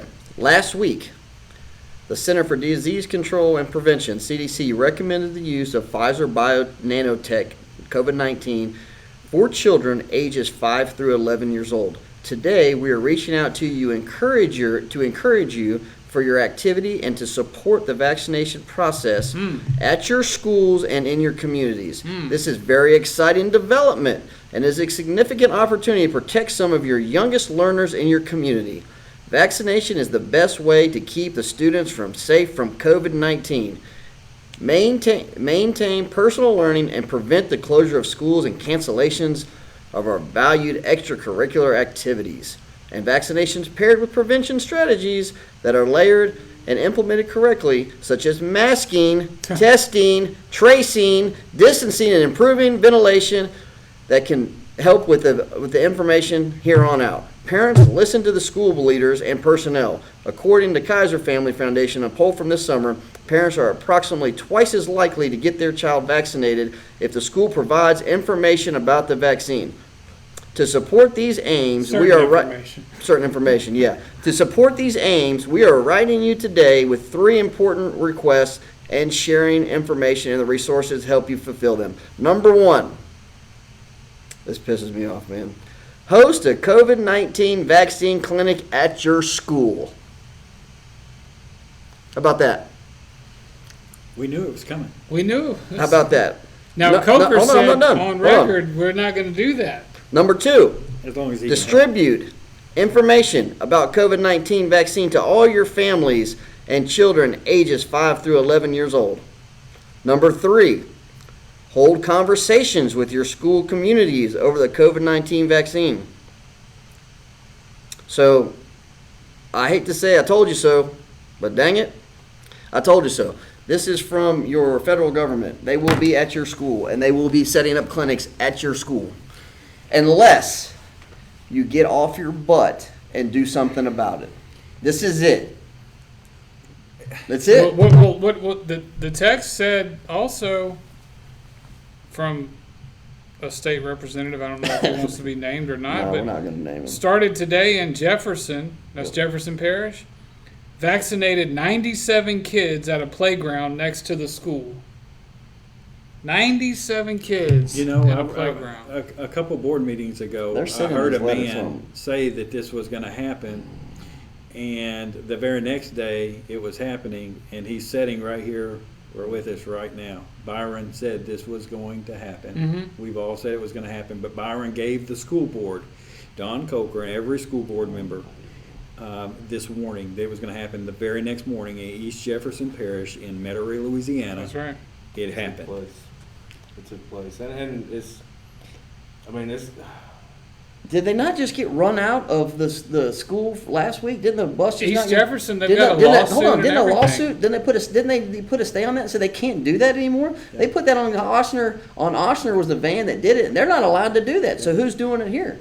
Is this the federal government And coming maybe in? LDH. If this is what I think it is, okay? It's This under is- health emergency. No, That's what- this is Department of Energy is what I think it's coming through.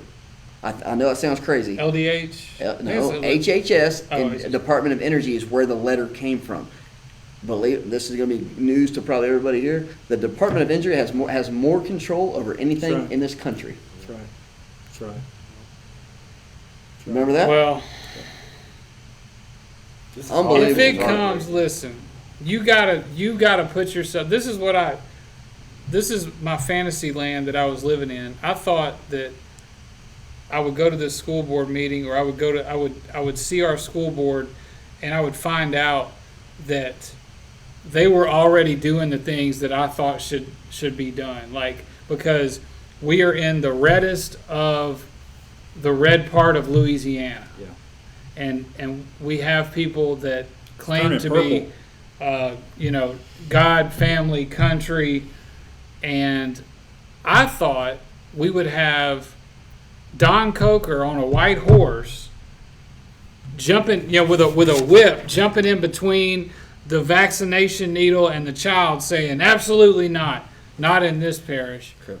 I couldn't be more wrong. No, you're right. There's a couple other things here. What concerned citizens need to do right now? You need to know what consent forms that you signed at the beginning of the school year. Okay. EBBI is a policy that is active in 59 districts. We need to find out what district this is. This policy gives the superintendent broad authority to make decisions without the approval of the school board. If your district superintendent decides to participate in the vaccine campaign, he does not need your approval of your board because of this policy. So start emailing your school board members and superintendents and ask them to opt out into this vaccine campaign. They may have touched on that the other day. Remember, they said something about a letter. Did you remember hearing that in the school board meeting? Did he say I heard something? him say that they But had he wouldn't share it. They had Opportunity to participate. but in they it. didn't. Right.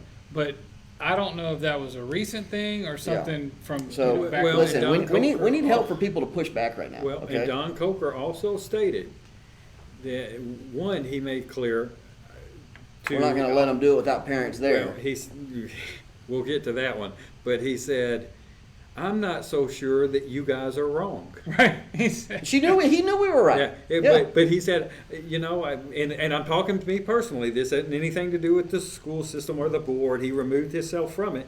He said, "I'm not so sure that you guys are wrong about this about the vaccine. vaccination." Yeah. But then in the same Sentence. sentence, What he said was that I am not going to allow it on the school boards if I can help it. if I can help, yeah, If it's always not- leaving out. Okay, so what that means is But- the money that he just took that tied his hands, he can't help it. he can't help it because he took the money, but can still turn off the money, and we can return the money. This is I hope this, man. I hope that these people that are giving these vaccines out, I hope they have great protection. That's all I can say, because it's going to turn ugly real quick. Well, In other words, what he was saying was that I'm too cowardly to stand up and say this is wrong. Right. Yeah, he's a bum. Right. I was nice and talking to these guys nice and stuff. Now they just kind of disgust me a little bit, man. I'm sorry, that's probably not real nice to say, but it's so obvious what they've done, and now I'm fired up a little bit just reading that too, because This is that's it. But another one. why am I so mad? Well- Because I knew I said it was gonna happen. we knew. I wasn't surprised. This is the first time I wasn't sitting here. I didn't grab the text or anything, and so, but none of it's surprising. No, it's not surprising. Here's why it's not surprising, because we've been awakened by God, Amen. and evil is at the door. Yep. This is Earth is God's footstool, but it's Satan's toy box. For sure. We're just toys in his Yeah. toy box. But if the righteous men will rise up and take on their identity in Christ, there's weapons of warfare Amen. that we can combat, and our weapons are not carnal. We can combat this. Listen, we're the only thing, bride, we're the only thing holding back all hell breaking loose here on this earth. That's right.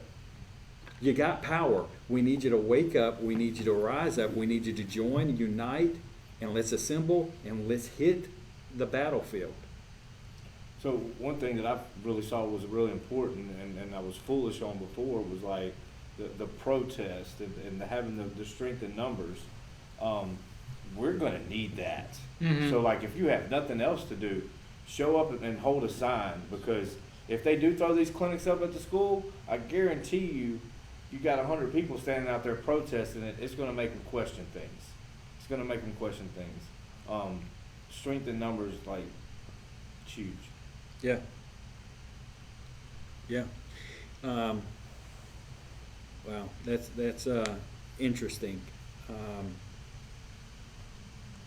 We need to get on something with the policy. Aaron, you want to cover a little bit of policy changes, and I've got to find a couple of videos here, and I'm going to post in the link. But I've also got the policies that I'm going to pull up. Do you remember what we had? Actually, there was two people. Tiffany Hatton with Parents Choice LA, the president of Parents Choice Louisiana, got up and policies were introduced that they were going to be accepted or voted on that we didn't know anything about. Constituents don't know anything about. I'm assuming because we didn't know about them. And I think there's 5, 6, 7 policies. And so when we found out that the policies were going to be voted on Tuesday, Tiffany went up and asked for a short stay on that, and we could revisit it, ask for a special board meeting maybe in 2 weeks. Just give us time to review the policies so that we, the constituents, you, the parents, would know what the policy changes were. So she went up and asked for it. Then a local doctor's wife was there, Connie Sampanero. Was there, and she even stood up and she said, yes, I would like that we would push back a meeting, a special meeting maybe, where you can accept it, but we just would like to see it or put our input as constituents and parents towards these policies. And whenever that was, right after that, Aaron made a statement that it was like, he told me, he said, well, it's just like y'all just gave him a big middle finger. The same way with the policy that for saying no to the money, the ESSER money. But I've got that information, and I'll go ahead and look at those policies. If y'all want to kind of fill in the gap here as I pull that stuff up. Well, I could talk about nepotism. So the superintendent's wife is, what is her title? Is it an auditor? She's an auditor. It's an auditor. Yeah. So And one of them's a treasurer too.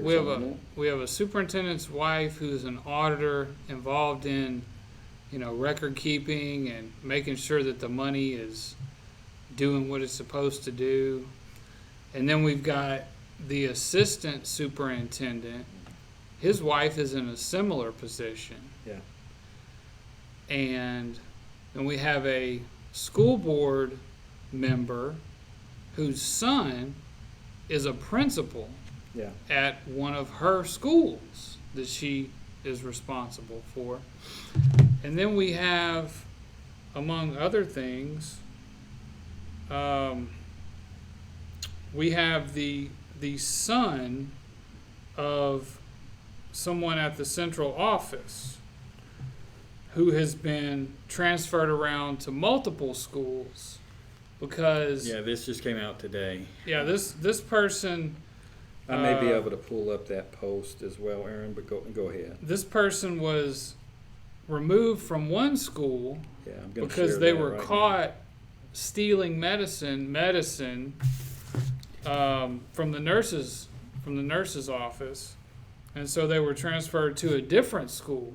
And I think most people, if you were caught stealing, narcotics or medicine along those lines, you probably would not be employable in the school district anymore.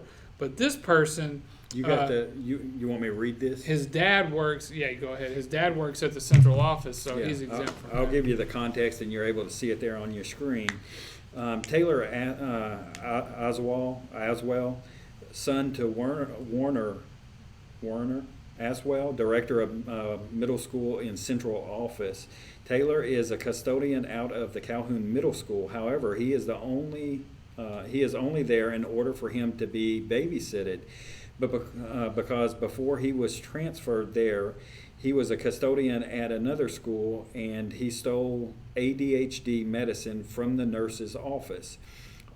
All of that is covered, and all of it was covered up and slapping on the wrist because his dad is, I believe,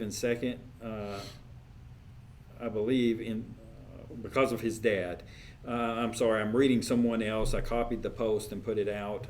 Someone that knows the situation and that has the intel on it. But they went on to say, I believe in second chances. People change. People do things they regret. I have even done things that I regret. But he was released again yesterday, and they placed a sub to fill his current position so that he could go to rehab. So it goes on, and basically this is nepotism at the finest. It's happening right here in Ouachita Parish. It's all across. It's from the very highest position of superintendent and his wife, from the vice president or vice superintendent, whatever that position is called, that was created, his brother being attorney for the school board, right, and his wife being over financials or to do with financials for the school board. And now you've got this person at central office and his son that should still be in jail. I mean, shouldn't be allowed around any children or anything with what he's done as a custodian and whatnot. It's a problem. And guys, I did tag Attorney General Jeff Landry into that. Okay. Jeff was here last week. He wants information. He wants it. So our team is in contact with him, and there's certain things that we have to go through, and we have to do the proper channels legally so that it activates in his office. But we've got to work on all fronts. Yeah, we need some help. Yeah, we've got to work on all fronts. Listen, we told you from the very beginning. I sat here and I told you we will uncover everything that we can get. Truth has to be revealed. We have to do it in truth. In order to fix the problems of Ouachita Parish, truth has to come out. I'm sick and tired of the lies, of the cheating, of the hush-hush, so that we can do this and we can do that. I know how it works. I was in corporate America. I know how all of it works. Politics is a whole different beast, but it's sickening. Even at a small little Ouachita Parish school board, this is sickening. It's disgusting. It may be legal to do something, but it's not the right thing. It's not right for a superintendent to get $212,000 a year and then his wife be over financials for underneath him and make $67,000 or $64,000 a year, and then his vice captain of the team that he's on is his brother is the attorney assistant to our partners with the attorneys. Partners. And for 50 out of the 74, 50 something out of the 74 districts in Louisiana, this is corruption We're about at its to blow finest. this thing up too. Yeah, it is corruption at its finest. It's corruption at its finest. it may be legal, but Yeah, it was legal to kill Jesus Christ. It wasn't the right thing to do. Right. This is wrong. Yep. It's sickening. It's wrong. And we just need to keep after it, man. Yeah. I mean, that's all there is to it. The most important thing in this whole deal is these people all have to be gone. Yeah. Okay, you need some people. For one, they need to love Jesus. Okay. Yeah. For two, they need to be about freedom, and for three, they need to protect the kids. And they're not doing any of those things. Well, didn't Coker say that money was not necessarily based on population or anything else? And didn't he say the Monroe School Board got the same money? Were you there for that? I wasn't there for that, but I know that's not true because I know Monroe got 74 million. Okay, so they got set. They got 76 million. Okay, so it's very, but very similar. What's the student population in Monroe? Do you know? Probably pretty It's similar. right about the same thing. Oh, is it? Yeah. Probably pretty similar. Yeah. Okay. And I think Monroe City's got a little bit more. I think they're like 21, and Washita Parish is like 19 something. Oh wow. Okay, I didn't realize it was that big. And I could be wrong. Don't quote me on those numbers. But still, they got a similar amount of money to play with. Yes, So they have similar motivations. absolutely. Right. Of course. Yeah. Absolutely. I'm going to jump back to the policies real quick because I'm going to show those on the screen. Okay. Right here is the policies that we asked, that was asked to be stayed for a short period of time. There's and you can see them here, and you can go to the school board website and you can find these policies. But it's JCD 21, student conduct, and it goes on down, student alcohol and drug use, 21 dangerous weapons, dangerous weapons, discipline, suspension, expulsion, school board ethics. Oh, I would have been interested to read that one. Of course, they didn't want us to cover that one. Yeah. We would have to put some nepotism in there. Mm-hmm. But as you can see them there, curriculum. Man, we really need to be on this curriculum. For sure, we do. Yeah, who knows what's in that? Kindergarten, education of students with exceptionalities. So you got all these things that we didn't get. You didn't get a chance to look at and to review and get input. They just got voted in. Yep. So that you want to know what the new policies are? Yeah, Yeah, they are and the in way your they screen. do it, she walks up and she says, I'm asking for approval for the 6 policies I gave you last time. And it's like, there's no idea. You have no idea what it is. It's Yeah. like, okay, well, what is that? What does that mean? And then the guy, he says, public comment on what? We don't even know what we're talking about. Well, and that's whenever Tiffany and Miss Connie Sampanero got up, and the video is on the link. It's the next one down on the link, but you can go watch that where Jessica Nugent with the school board, she comes up and basically she don't go through what the policies are. She just said these policies are up and blah blah blah. I mean, it's very short. You can see that part, and then you'll see Tiffany and Miss Sampanero come up, and then you'll see. If you want to see all of this, you can go to YouTube and just type in Washita Parish Schools, and you can look at that whole meeting. You can watch the whole thing. It was it's And that's Aggravating. exactly how Monroe City was handling their yeah. I meeting. want to go ahead and jump on Monroe City And- before we get down to curriculum. Okay. They had on their agenda, and I went in, I looked over the agenda to see, exactly what it is that I could speak on, and I think there was like 3 or 4 items on the agenda, and when they got to the agenda, like it literally, like they were about to vote it in, all the same thing, all at the same time, and so I was like, wait a minute, somebody wants to speak. And I was like, wow, I was hoping to find out something, Right. and They were going to vote everything in all at all once? at the same time. And when I Wow. asked Just for like information, ours did. Well, just like the federal government. Just lump it all together, we'll do throw it all one together, vote. voted on, and so that's seeing what took place Tuesday at Washita Parish, and then seeing what took place at Monroe City, showed me just how political it was. Right. And what you brought forward didn't get voted through just because we had been in there rubbing elbows with any of them. Yeah. And that's the bottom line. Yeah. That's the bottom line. Going into Monroe City, I kind of expected to walk in there, like I said earlier, just with the being able to speak like I have been doing at Ouachita Parish, and that's something that Parents' Choice has just actually hounded Ouachita Parish and given us the ability to do. Is like now we can walk in there and speak freely and not be interrupted. What really turned me off with Monroe City was when as I walk in and I'm looking over filling out the form to speak on the agenda, I hear behind me, and I don't know at the time it's the president, but he just calls somebody out in the audience, and you could tell by the way that he asked that he already knew who it was, but yet he still called them out, and as soon as he found out who they were, he told, "Oh, you're not going to talk about that. No, you're not going to talk about that today." And it was just like an intimidating, bullying kind of way to just like shut the guy down, and the guy's like, "Hey, I'm just here to be at the meeting." And then he said, "I tried to call you, but I never got a call back."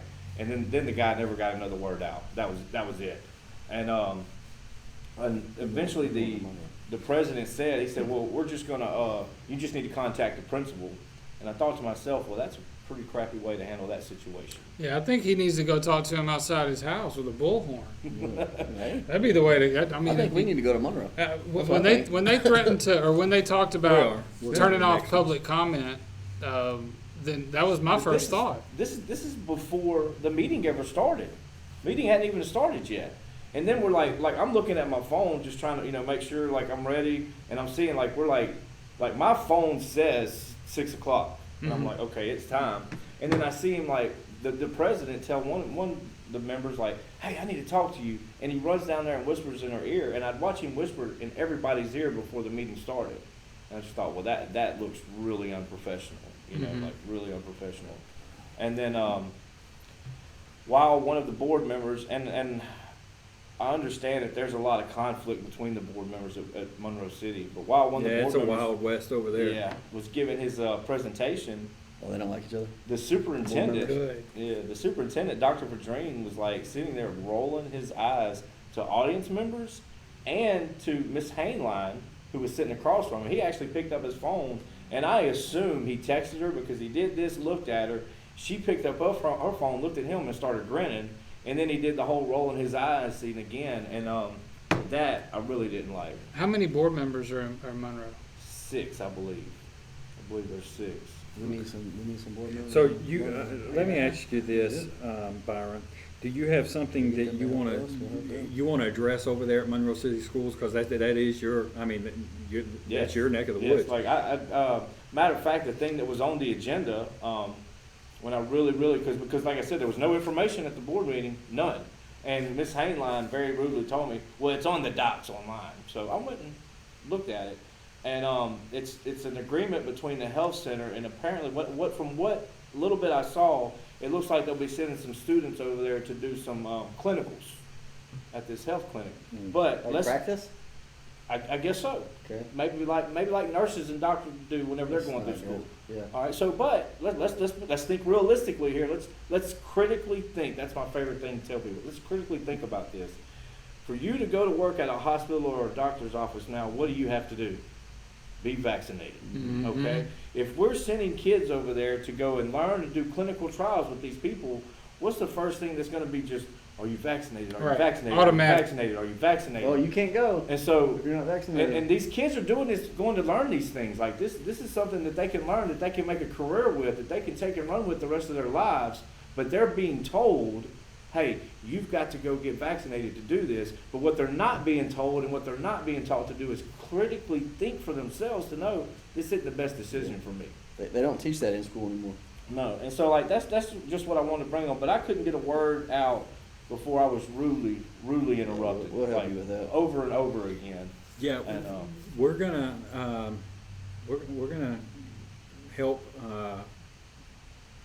get some constituents together, and we're gonna go and we're gonna help voice, because there's policies, there's laws that they have to follow, and They don't have a choice. Yeah, and at the very least, we can make it very, very uncomfortable. yeah. I sent them over. Exactly. We I can do sent that them over a letter, and I just want to read like the first part of the letter because this comes straight out of their handbook. Yeah, go ahead. This comes straight out of their handbook, and I thought, this is exactly what I was doing because I know if I turn on the news is not gonna tell me all the adverse reactions that happen with the vaccine. It's not happening. No. Okay, but I know that there's over 800,000 adverse reactions. So I wanted to go in there and share information that's not being shared in the news and that we could critically think about. And this is what it says in their policy. It is the desire of Monroe City School Board that meetings be formal enough for orderly procedure, but informal enough to be natural, to encourage free discussion, and to promote group thinking and action. Let's read that to them. Oh, it's in the letter. No, we need to read it to them. Yeah. Do they know that? That's Do right. they know it's in the letter? Right, and so like it says right here, like that's all I wanted to do, and I wasn't allowed to do that, and I feel like hopefully after the letter they received today, that they will give me the opportunity to speak. Well, Byron, Well, they need a funding acceptance policy too. Exactly. Yes, Byron, indeed. Byron, I respect you because the way that you have approached school board members and everything, whenever you go and speak, you have been humble and you've been on point, but you've been humble, and you know some of these guys. I mean, you know Scotty, and I don't know Scotty. Everybody I've talked to that does know him personally, they say he's a great guy. I believe that. But he's not a great board member. He's not a great guy. He's for that not position right for now. Washita Parish. Not right now at this time. It's not. Yeah, there may be a time there. Maybe Scotty just need to be woke up. But he, honestly, he's talked out of both sides of his mouth to staff members with PCLA, and Scotty, you can't do that. You got to. You can't stay on the fence. If you're on the fence, you're really on the other side. Yeah. If you want to be a champion for Washita Parish, stand up, rise up. But your seat is being sought after. Your constituents, as of right now, don't want you there. A portion of them, at least. So a greater portion on your side than any of the others. Whenever the survey was done, but. It's not personal, but it is personal. Parents, here's the funny thing, parents take what happens to their kids very personally. Whenever you abuse their children, they take it personally.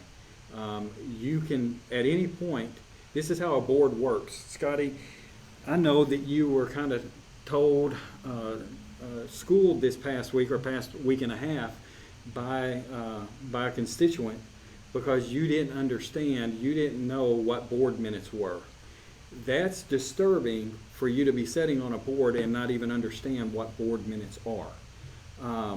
With that, that's the same reason why you haven't stood up and made motions, even when it's not popular and it's not cool. Let's say that we're a board right here, and something comes against my conviction.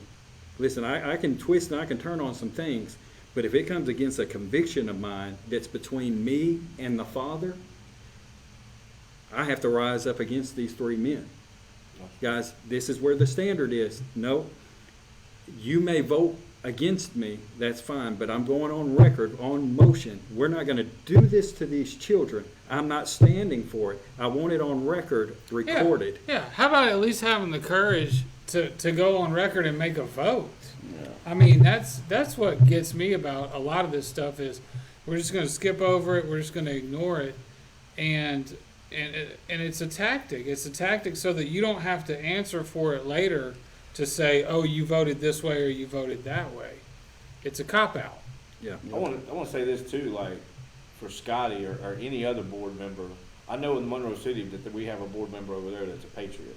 Right. And I know that whenever we're able to bring things in front of them, that we're going to have somebody that we can go talk to and say, what do we do about this? What can we do to make this better?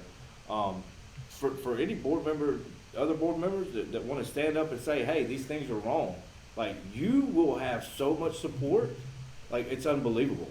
It's unbelievable. Just going against the narrative, going against the grain would do so much for your re-election campaign. For sure. Like Well, I was just gonna because say I that. can promise you this, And we're seeing it right now in the big elections, the governor spots, all that. Like, truck drivers are taking Senate seats because they're patriots and they're standing up for what's right. That's right. So if they can take Senate seats, they can definitely come in and take school board seats.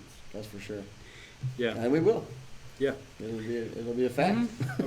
That's the policy, that's the policy. That was based on the policies and a little information on boards and those kind of things. Now we're going to jump into something. I know we're at the 2-hour mark. Everyone, and I don't know if we still got viewers. But we're going to jump in, and it's going to be quick on a curriculum because there's something. I'll let Lance cover this because he's had conversation. We're not going to give out the details on names and those kind of things. But I think everyone knows the school. We're going to talk about Okay. Westridge Yeah. Westridge Middle School here in West Monroe. Okay. Lance, there was a book that has been, well, you can We'll go kind ahead. of lay this out Yeah. where what was brought to me was that this is a school here in Ouachita Parish, and I guess when these kids and I believe it's a 6th or 7th grade class when these Yeah, I think it was kids sixth grade class when these kids finish their work, their teacher gives them some free time, okay, and on this free time they have a specific curriculum that they can choose, okay? And on this particular curriculum, they chose 25 best podcasts for children, okay? Well, just a young student, gets that class. He gets the podcast. He starts reading about the podcast. He starts listening to it. It comes to find out that the 6th grade kid is reading about 2 homosexual princes walking through the forest. Okay? You got it up there? Yeah, 2 princes wearing pink walking through the forest. This poor kid takes this to his teacher and says, this probably isn't appropriate for school. And the teacher, you know what the teacher For says? sixth graders, yeah. For 6th grade. You know what the teacher said? Oh, it's not that bad. Go sit back down. Okay? So we have got, it is here in this school. Wait. The teacher the teacher is an award-winning teacher. Oh, I didn't know At that. I didn't know Oh, that. you didn't know that? No, I did not know that. This teacher, you know Are you it, right? serious? Yeah, this teacher has won Employee of the Month or Teacher of the Year or whatever. So Yeah. this is she's an example. Can you read about it? I'm going to read about. Read it. Read about the I'm going to story. read about season 1. Season 1. When Prince Rupert sets out to break the mysterious curse that's destroying his kingdom, he's ready to face whatever dastardly villain or vile monster stands in his way. What he isn't prepared for are the bewildering new emotions he feels when he meets the handsome Amir. See, that's not even appropriate. No, it's not. This is what I was telling my Let's wife. just- It's yeah. not even appropriate for a male For and a boy, female, girl, for right. a boy girl, but let alone 2 homosexuals prancing around the woods. All right, I'm going to finish reading season 1, or breakdown of it. A rival prince on a quest to save his own realm. Forced to team up, the 2 princes, soon discover that the only thing more difficult than saving their kingdoms is following their hearts. Oh my Lord! See, I mean, why are you teaching 6th graders that? They don't even know. They probably, half of them or more hadn't even kissed a girl before. Right. Right. But you're pushing things on kids You're pushing it that doesn't even make sense. Okay, let's You know? move to season 2. Let's hear what season 2 okay. says, man. Oh, no. This Friends. fires me up, dude. Princes Rupert and Amir can't wait. This is disgusting. It's so gross, man. You can't wait? Go read it. You can't wait for what, Michael? Can't wait to settle down into happily ever after. But on the eve of their wedding, a powerful sources named Malchiah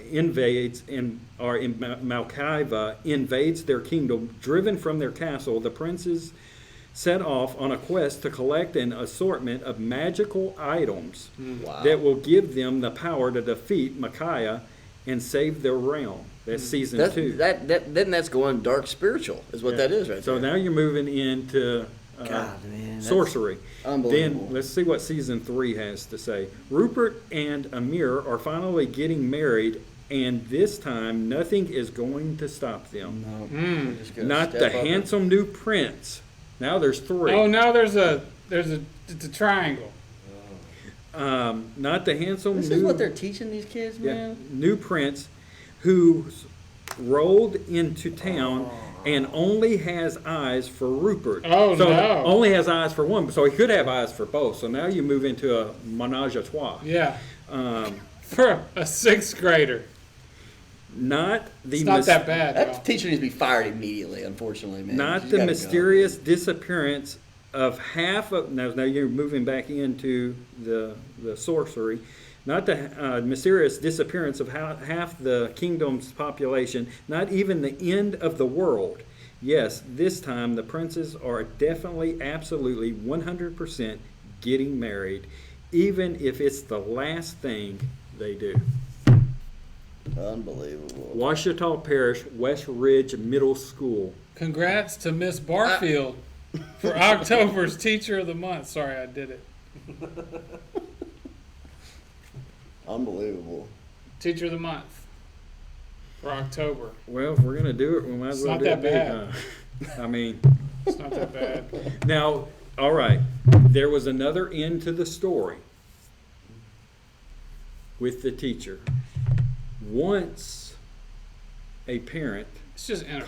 contacts, I don't know if it was many parents or one parent, but once a parent/parents contact the teacher, then what was said by the teacher? I don't know.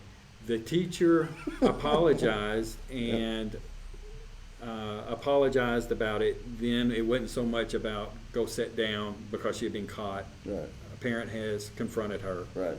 And careful little eyes what you see, careful little ears what you hear. That's it. This is our precious children, innocent. That's the problem. It's taking away the innocence because there's no need for that subject matter at that age. No, none. That's the problem. It's like And you wonder why. that's they- 12 years old, Yeah, and right? you wonder What's- why what- you've got 6-year-olds so- and What's his teacher's name? Barfield? Miss Barfield? All right, Miss. Who's the principal there? Oh, that's Oh, the principal of Westridge is The- Brent May, who is the son of Sherry May, oh my. the school who is the board. school board member Over that school. over that school. Okay, what's the teacher's name? Barfield. Miss Barfield, Mr. May, and Miss May. You need to resign. This is wrong. This is the innocence of a child, of a 6th grader, 11, 12-year-old boy. Unacceptable. Unacceptable. Ouachita Parish, parents, residents, you have power. You've got to rise up. Well, This is unacceptable. think about this. Anybody whose child has went through Westridge Middle School, I'm not trying to be dramatic here, but anyone's child who's went through Westridge, if they have any sort of, like you said, identity issues, sexual confusion, where do you think that came from? Where do you think that came That's right. from? So you've got I don't know, kids who are maybe 9th, 10th graders now, and they can't figure it out. They're having trouble. Well, look at what was fed to them At 6th at grade. 6th grade, 12 years old. It's not okay. I mean, when they used to do sex education, was it, High school. yeah, you had to be like a sophomore at least, Like right? ninth grade, yeah. Yep. So, well, what are we doing? All right, can we bring the spiritual into this? I mean, Yeah. you've got a solid foundational mom and dad raising their children on biblical principles, entrusting public education to go to a good school, West Ridge Middle School, right here in West Monroe. You send your kids, that you keep them protected from junk like this, You don't let them have iPads. You don't let them have these devices. You send them to school and they come home, Mom. I mean, there are still innocent children out there, I have Washita no Parish. idea. There are still innocents. There's still a God innocence in babies, in sixth graders. Listen, I've got a 20-year-old daughter. She is still a virgin. There's still parents that hold biblical values and that students are rising up that still hold on to. It may be a small amount. I think it's a little bit bigger than what the world is portraying. Right. But there is still that out there. How dare, you're lucky. I'm telling you, from a dad, this has nothing to do with PCLA or anything else within any other organization. As a man of God, you're lucky that was not my child. Yeah, no doubt. This is not tolerable. Parents, they have to be held accountable. And not like, who put that top 25 list there? Who brought it into the classroom? Who, like, that came from somewhere, That's right. and that needs to be pinpointed down That's too. right. That's right. Did this top 25 list come from a list of stuff from the school board that came? Mr. from the Don school board? Coker, why was it allowed into Washita Parish schools? And guys, I fear this is PG. What we just saw Right. is Yeah. PG You're on right. what's in this parish school. Don Coker, you want us to help clean this stuff up? Let some of these dads and moms go into the library and let's clean out the library. Yeah, because you know that's where it's at. I mean, you're watching this stuff all across the country. I mean, Oh, I can guarantee you there's this some isn't- racist stuff in there. I was for sure. thinking whenever this came out that this was an actual book. It's not. They're putting on earphones in the library and are in the classroom and they're hearing Listening this. to it. Yep. They're hearing this. This is an audio book, podcast, or I mean, there's a book somewhere, I'm sure. But this child listened to this, or these children, and this isn't. There's another one down that list. I didn't even pull it up.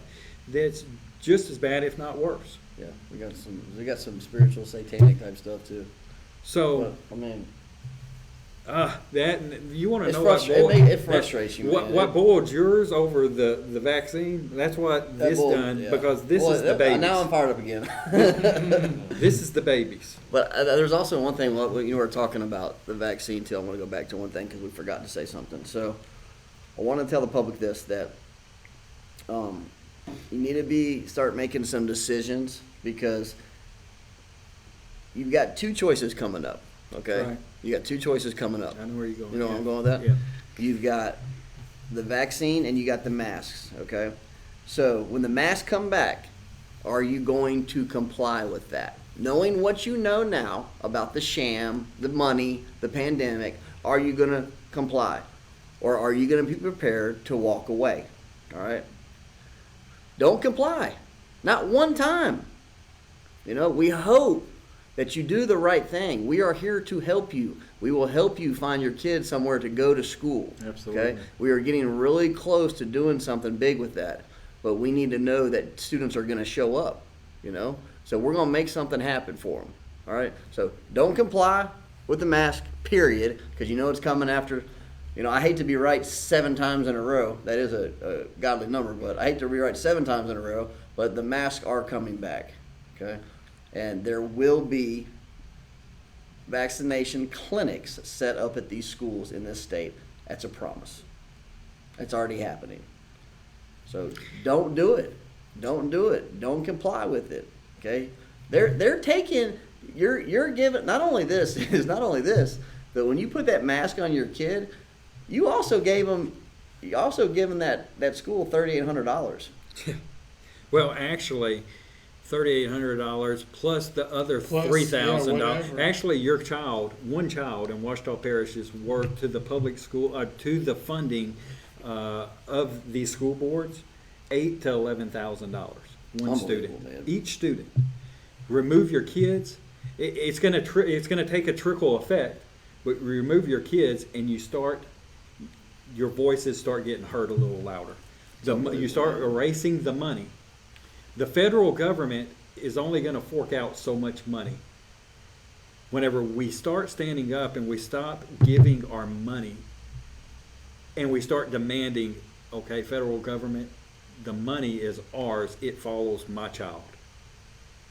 If we had 600,000 residents in not in Louisiana to be at the doors of every public building screaming that, I bet you're going to be heard. Some things are going to start to change. Just like it's taken, 2.5 months for us to hammer out on mask.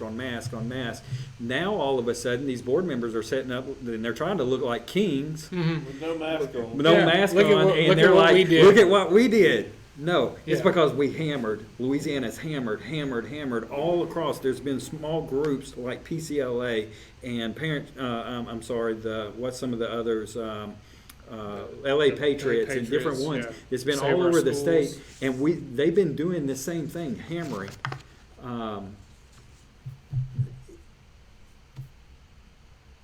And I'm not going to erase the credit because the credit goes to God. That's right. He's the one that has put the boldness inside of each one of us and inside of a lot more that's behind the scenes. We're not smart enough. We don't have enough time to grab all the information we're grabbing. We've got great researchers, a small group, but I mean they're hammering it out every day, every night, and they're researching the information. And they're weeding out what's good, what's bad, what's true, what's wrong, and they're getting it out. You can all do something. You've got such powerful devices that you can get information. Get off of Google. Go to DuckDuckGo. I was looking at something today. Go to We the People LA on Telegram. Yeah. Our follow Parents' Choice as well. I mean, we've all got them on Telegram and different ones. We're not as heavy there right now because we haven't been kicked off here until in just a little bit probably. Till- As soon as this Tomorrow. video is reviewed. Well, we're about, and guys, strap up because we still got them on. So there's a reason why we went from curriculum with 2 princes and that evilness and then the sorcery, because we just had something happen just a few days ago at Astro World in Houston, Texas. Lance, I'm going to let you, as I control the footage. Okay. We're going to jump into this, and we're going to mention things that a lot of you have never heard of, and we're going to explain to you exactly what it is. We're going to give you information that we have set on for months individually, and then we get to talking. We're like, hey, you know about this? Man, I know that. Did you know about this, this, and this? Yep. And they're like, no, I didn't know about that, but did you know? Yep. Man, yeah, I knew about that. Yep. So, listen, you're about to hear some things, and it's going to, all of this, you want to know what desensitizing kids by putting 2 princes audio and books and those kind of things in public school, and what it does to their innocence, because it leads to trafficking. That's right. It leads to other avenues. It causes your kids to grab a hold of devices. Then they get to experiment and they go and get sneaky, and a lot of parents don't even care what they're not. Right. I mean, they've got access to everything anyway. But I'm talking about the ones that don't. So then they get Satan starts. The web has started in their mind, and this lustfulness has started to grow because the innocence was taken away by a teacher in West Monroe. It was stolen. So now they're going in and they're going to concerts where sex trafficking is taking place, and these drugs that's called adrenochrome.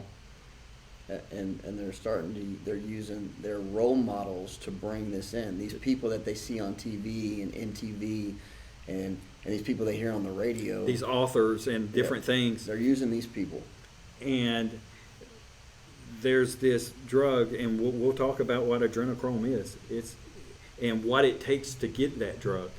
That's the sickening thing. And I'm going to go ahead and explain a little bit of that, and then Sure. we'll jump Yeah, into go ahead. this. Go ahead. What adrenochrome is, it's a drug. And the way that you get that drug, it's extracted from young children from the ages of the most purest form is from 7 to 11, 12 years old. And you have to take that child to such a stage of fright where it causes adrenaline to get so high at the highest level in a child, an innocent child that is pure, and get that blood to a certain level where it can be tested and then extracted out of that child. And then it goes into a lab, and that drug is made into a pill form or shot form.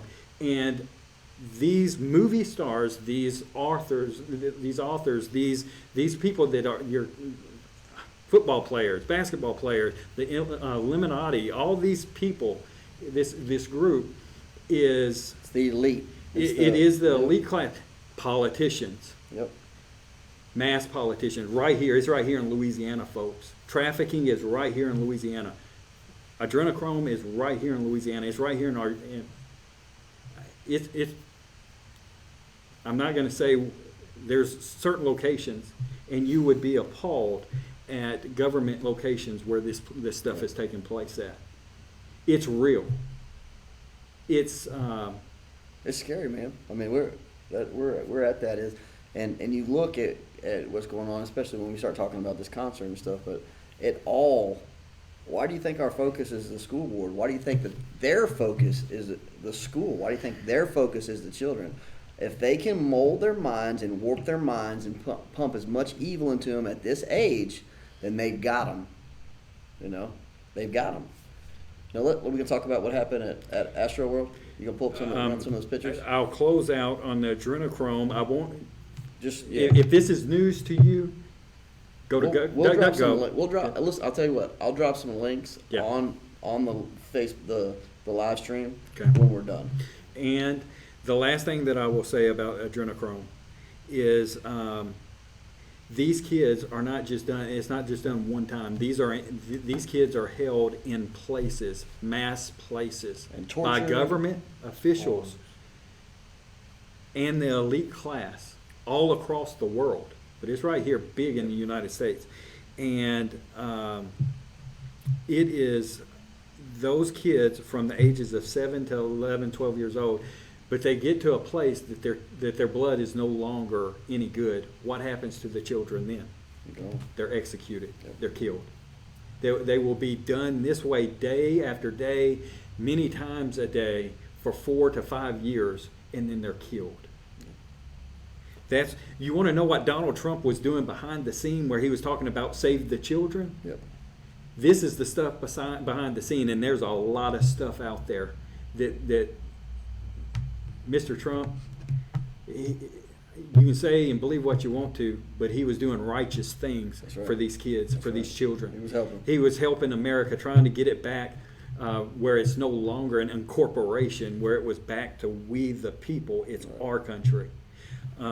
So, yes, going back, and we're going to jump into the Astro World because it's all tied in. This singer. We'll hit that again at the end. I want to say one thing on that. This is when I started having cognitive dissonance because this went too far against my morals for me to even comprehend this at first. Yeah.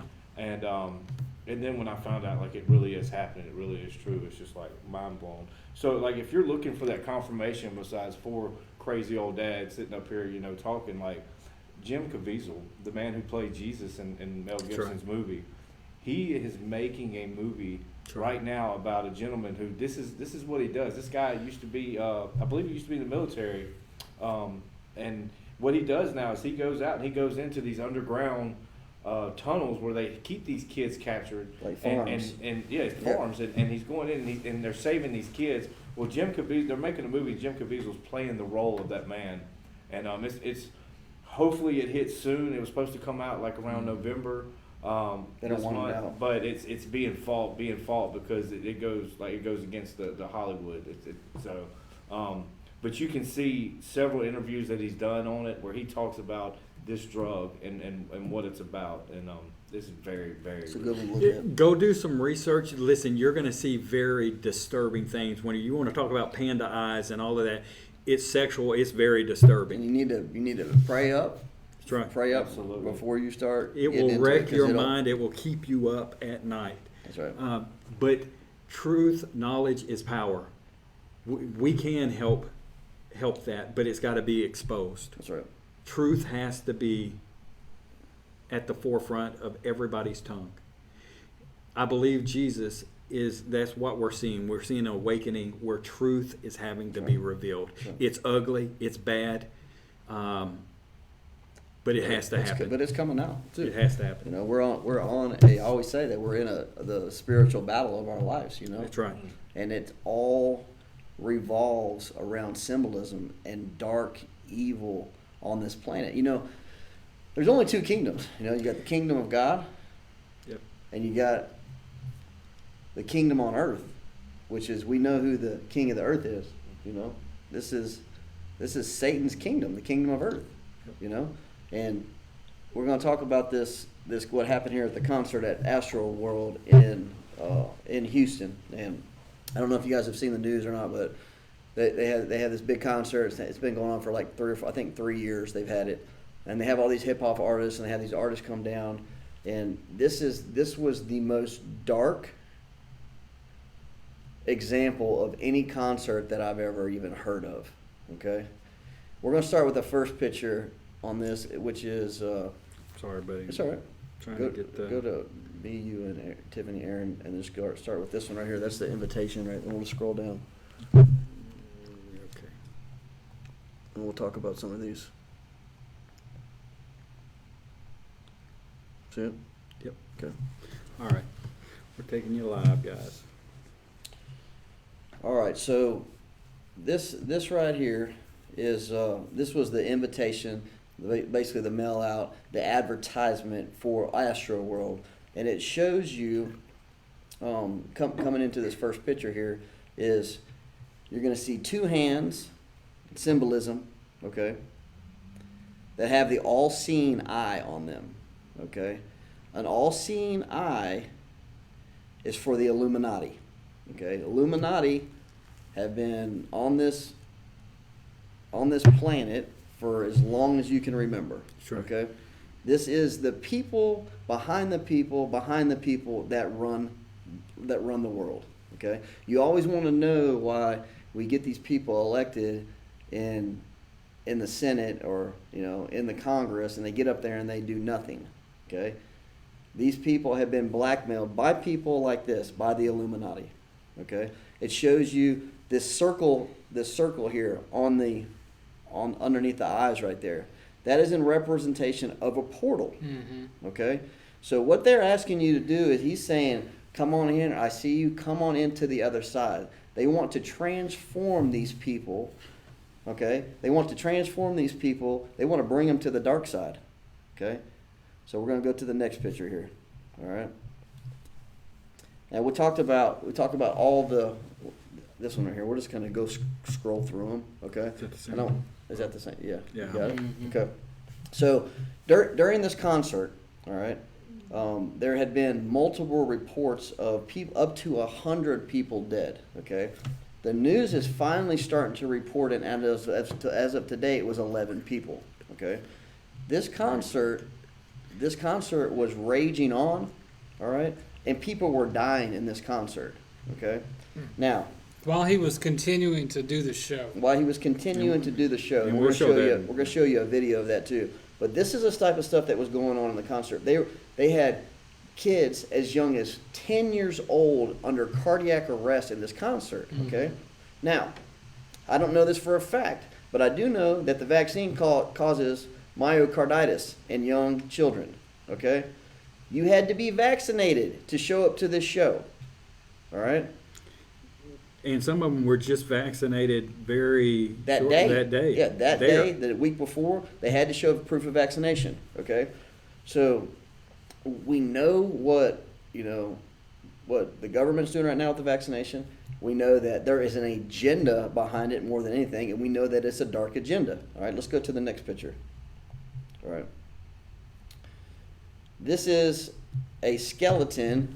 You got the skeleton on there, or a skull? All right. Okay, mine's off Yeah. from yours. We're there? Okay.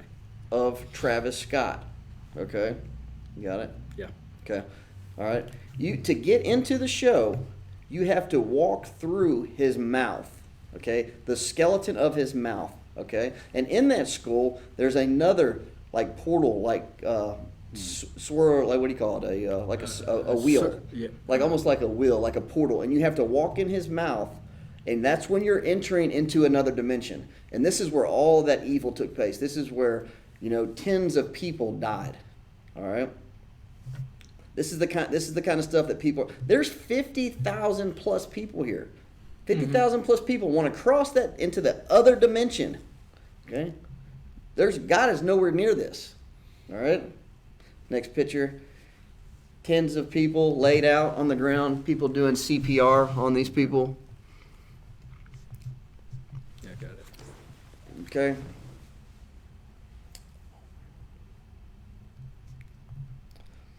So they're blaming Travis Scott for not stopping the concert for these people dying. Okay. A lot of the people were saying that they were too claustrophobic, or they were pushing the crowd, and pushing the crowd and claustrophobic does not cause heart attacks. No, and also I saw an article from the New York Times, which is not going to be the most reliable source or something that you can really go to much. But even the New York Times reported that the police warned him personally before the show started about the crowd control, that there was too many people in that area, and that the security had basically been overrun. And so Because security guards were saying that they were way understaffed. Right. Yeah, and so even knowing that, going into it, he continued to have the show. He continued to have it, right? Yeah. Well, and there's a little bit more science to it, so we can throw in the 5G towers. Sure. So Astro World is full of 5G towers, especially Houston. this concert, It's in this Houston, arena, yeah. Houston as a whole. But even this area would have been. I mean, you're having a concert like this, you got to have, you got to have accessibility for your devices. Even to run a show like that for this artist to do this show, you have to have that. So the study, there's science out there with 5G that it degrades or takes away oxygen. Right. And so you take that, and then you take shots, injections, weeks, days, the day of, Hours. hour before. Yep. I mean, it would be interesting. Did they even have a clinic set up for 50,000 people right there? If they had a I wouldn't clinic to doubt get it. the shot right I there, wouldn't doubt it at all. that would be really interesting. Yep. So you've got that kind of effect or that kind of setting, and you have this was the perfect storm. Then you have this devil worshiper, this minion that comes up, and he's doing these seances. Basically, that's what it was he's trying to get the power of the people, the energy from the people, and Yep. that This is how dark it was too. You had a hardcore rapper that's from Houston that had done some collaboration work with Travis Scott, and Travis Scott was like a role model to this young guy, right? And he's kind of coming up, and he's starting to get some publicity and stuff like that. But we're not gonna play the video because it's so his language is so bad in it. But what he says is that he has never seen this is a hardcore guy, man. He has never seen so much evil in his entire life.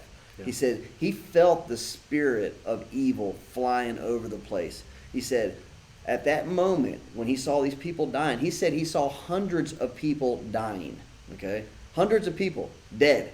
Okay, they're pulling people out of the crowd. They're just dragging them out of the crowd. He said they're giving CPR to some of them. They're not waking up. They're moving to the next one. They're giving CPR to someone. They're shocking someone. They're not waking up. They're moving to the next one. He said as he's witnessing this, he says, I want absolutely no part of this, and I'm done.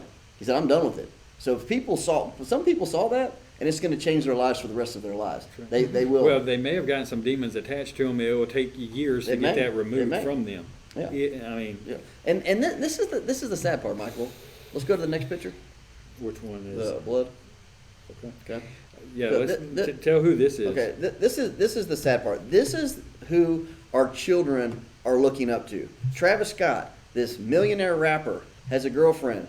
Their name is Kylie Jenner. She's one of the Jenner girls. She is Hollywood. Her family is Hollywood. Kardashians. Kardashian. Quit watching the Kardashians. I say Kylie Jenner? I'm sorry. Yeah, Kardashian. But hers is Jenner. Yeah. Because she was a Jenner. Yeah. But it's the Kardashian family. Right. Kim and all these. Who's her mom? Kim Kardashian. Who's her dad? The transgender? Okay, this all goes together. All of this goes together. It's all Yeah. pure evil. It's Bruce. I like how you did that. Bruce. Yeah. What did I say? It doesn't matter. No, did I say Bruce? What does it Bruce- matter? I said anymore? Jenner, I think, didn't I? It's Bruce, it's Caitlin, Bruce. I mean, Yeah, what I didn't is say it? Caitlin, I don't think. But anyways, but this is my point is that this is who our role models, our kids are using for role models. This is Kylie Jenner, okay, or Kylie Kardashian, or whoever she is, the girlfriend of Travis Scott, who just had the demonic concert. And had his baby. And had his baby. And this is her brand new makeup line advertisement. This is what's on her brand new makeup line. This is her advertisement for her brand new line of makeup.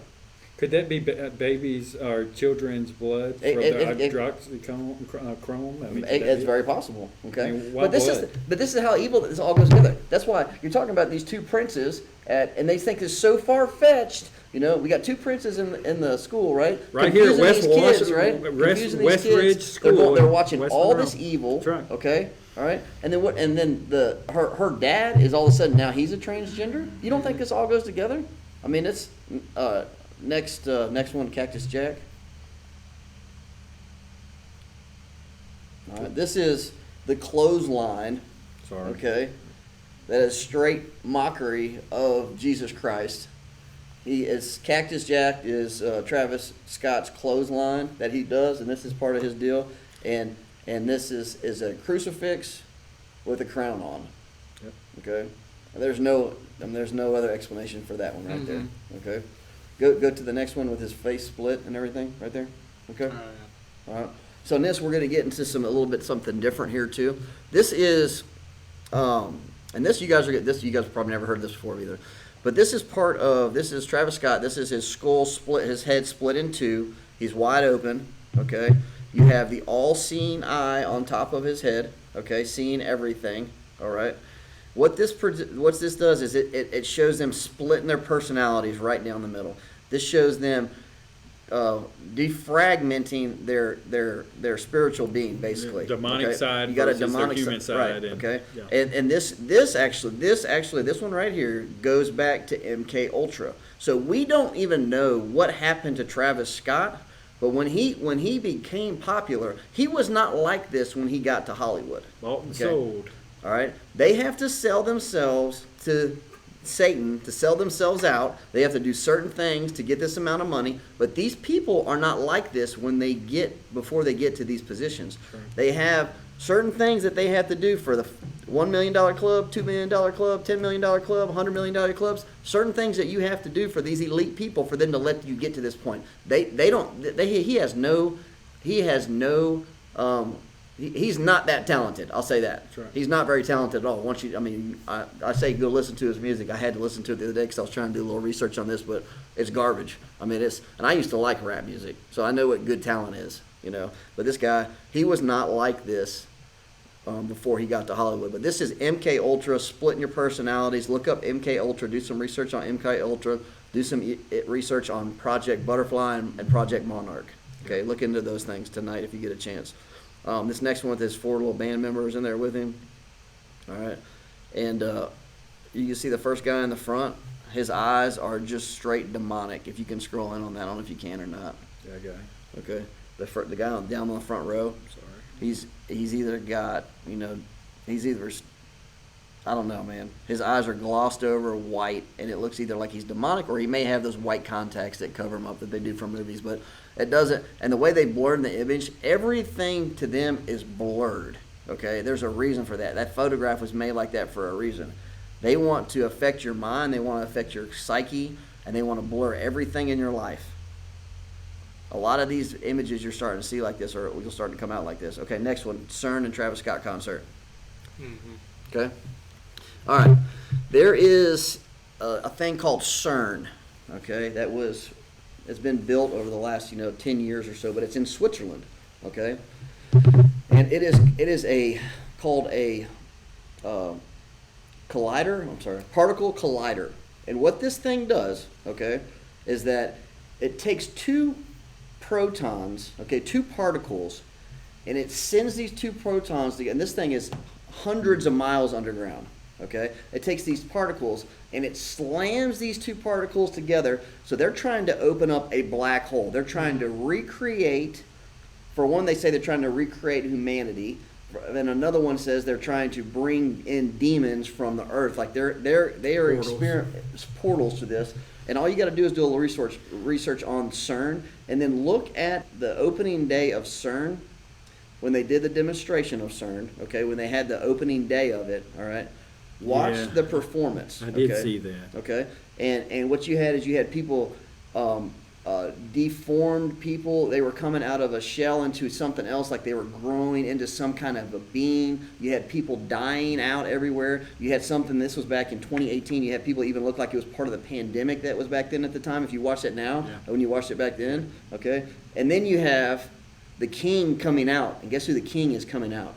Baphomet, That's right. okay? Wow. All right, right. Baphomet's coming out with Yeah, a I goat watched head. that today. And if You you know asked what me about Baphomet that. is, That's right. okay, Baphomet is, they worship Baphomet back in Jesus' day, Yeah. back in Israel, and what was Tower of Babel, that was one of the That's right. Baphomet and Baal, that's where all that came from. And Baphomet is transgender. He's half man, he's half woman with a goat's head. And that's what they had at CERN. Okay, now if you look at the picture right next to it at Travis Scott, they are mimicking CERN. Okay, you're mimicking that portal opened into a different into a different realm, and they want you to come through this portal. They want you to come to the dark side. Okay, you can see the flames around in there. And there's another one that I missed that I didn't have on here that I forgot today. But if you go look at, there was, I believe it was a book. It's called Dante's Inferno. Okay, and that is almost almost identical to Dante's Inferno as well. But it's mimicking the CERN, which is the portal. Which when you're walking through Travis Scott's head, you're coming into this portal, and they're taking you to death. That's what they're taking you to hell, man, straight to hell. You know, so these are the symbolism things that are so important to keep your eye out. So when people mention these things, this stuff is real. I mean, it's 10 years ago I was like, no way, man. Until you see it, they man. put it so out front where if you say things, they'll say, "Oh no, you just watched the concert. You watched too many concerts." Yeah. And it's like, no, No. that's not where that came from. No, this is coming from CERN, which is a particle which they tell you they're trying to open up another dimension. You know, so it's obvious. All right, next one. Okay, this is Travis Scott's shirt. Mm-hmm. All right, at the concert. Okay, little blue men look like just normal people walking through some type of doorway, turning into a devil. Mm-hmm. Okay, it all goes together, folks. All of it. It's all connected. Every bit of it. Pure evil. All right, go to the next one. Portal, that's that cursed gematria images. Okay, so when you look at like CERN's logo, all right, and you can research this on the website too. You've got these spirals that go around. There's 3 spirals that go around, right? It's images of 666. Okay, their imagery that they do is they try to distort the imagery on that, and they try to use like satanic imagery too. So if you take like for example Stargates, okay, you got the Alpha and Omega sign. Well, this is Stargates right here. Look at the Stargates and look at Alpha and Omega. We know who the Omega is, right? That's right. All right. You see them walking in, but this one you got a portal that you have to walk through. Yeah. Okay. You take the 666 and you take CERN.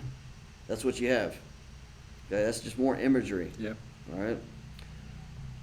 Look into the mystery of Babylon and the 88th degree of magic in CERN. Okay. That's old Babylon. That's 88 degree magic CERN. Okay. And then just for example on here, this was very interesting. So I put this on there. Do you remember when you watched Back to the Future for time travel, other dimensions? You had to go 88 miles per hour. None of this is a coincidence. Okay. Hollywood has been one of the most dangerous things for our kids to watch, us included. Yeah. Okay. If you want to know what's going to happen, all right, in this world, in this country, go watch some movies because it's happening right now. That's right. It's legit, That's right. you know? They've been telling you, this whole thing is a big movie. Yeah, it is. It's a big show. Watch the show, right? So look, all right, the next one down, you got the CERN again, and then you look at, there's another view of Travis's concert with the portal, all right? And then the next one, we're kind of looking at some of Dante's Inferno's imagery with the all-seeing eye on the hands on Travis Scott's shirts that he was selling there.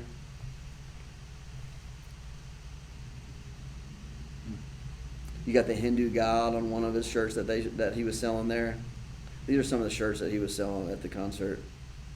And then you got, you know, of course, the portal, the eye in the middle, and going into a different dimension. So right before panic broke out, the portal opened, okay, and it was closed, all right. But right before all the death was happening, Kylie Jenner posted this video on her Twitter page. Where was that? Is that video right here? I don't have the video. I can get it for you real quick. But why don't you show the video of Travis on the on his little pedestal when they were dragging dead people out of the concert? Which message thread was that in? That was on, I think, I'll find it real quick. So And while you're pulling that up, I want to say that I got it. You got it? I wasn't watching. I had my phone sitting in my car and I had my Bluetooth in, and I was watching a newscast that played a bunch of different, like people had recorded with their cell phone of things little going on clips? at the concert, and it was like one after the other, and I was busy changing my sister's tire, and just all I was listening to was the music and the sounds taking place in that thing. Like I said, I wasn't seeing the video, and just the feeling that came over me, the angry, I got angry like trying to change the tire. I was not myself for the next few hours. So like, be leery of like What you're putting in your head. Yeah, because Okay. something like something's going on. A lot of the eyewitness testimony said, first of all, everybody I watched, they used the same word, demonic. They said demonic. It felt demonic. Yep, it it's felt demonic. demonic. That's right. It felt like I was in hell. I couldn't breathe. And a lot of them mention, and this is strange that people would mention this. They mentioned the frequency of the sound. That's right. Who says that? Who says frequency of sound? But they said up a couple hours before he came on, they noticed that the frequency of the sound was off. So it's like it put you in a trance. That's what it was. That's what it was. And if you look at some of the videos on there, just go on Twitter, look at some of the imagery on that. Not just imagery, but just like some little captures of the crowd. I mean, these people were gone. I couldn't watch it. Yeah, I mean, I really couldn't. It was tough. It was and terrible. this right here, okay, is not even music. No. It's not. This was a Seance. seance. That's why you just took the words out of my mouth. This was a satanic sacrifice, is what it was. We'll play it. Yeah, play it. You're not going to be able to hear it, but it is. Yeah, and I was under And the this is what he's impression doing on here. Let me see if I can play it on. He's going. Just kind of chanting. As a person is Here, I'll play it. out of consciousness, being passed through a crowd, maybe Right in front of him, possibly dead. He didn't stop and say, "Hey, we got to help. We got to get make room." Yeah, finally, Nothing. the way that the thing was shut down was Live Nation had to kill it.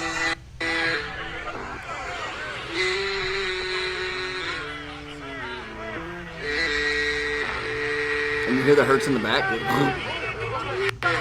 Listen to the crowd. Nobody's cheering. Nobody's cheering. Yeah, they're help. I mean, they're like waving hands. I mean, And he's looking at them, and they're dragging people out dead. Aaron, what did you say his response was? To was it you that somebody? Yeah, my son sent me this and showed it to me. He's like literally, he's got his head down in his hand, and he's like, he said, man, I'm so sorry. And he goes, no, I'm just kidding. I didn't have nothing to do with this. I didn't kill them people. And then supposedly that got deleted, and then you put another one out where it looked like he was high, or he looked like he was just woke up, where he's just like, I'm sorry about what happened to his people, you know, like. And their no family. care at all. Because he's about to get sued, is why. That's the only reason I said that. He's about to get sued. But Guys, so this is where we are at. right now. This is where this country's at. This is what your kids, I'm not saying your kids, but this is what the kids are looking up to. Well, that's You know? where, if they keep And- having two princes This books is where and it audio, starts. It's all demonic. We are in, that's what I was saying, we are in a spiritual battle. And these people that we're up against, they're gone. yeah. We are fighting a spiritual battle. These people have already been taken over, man.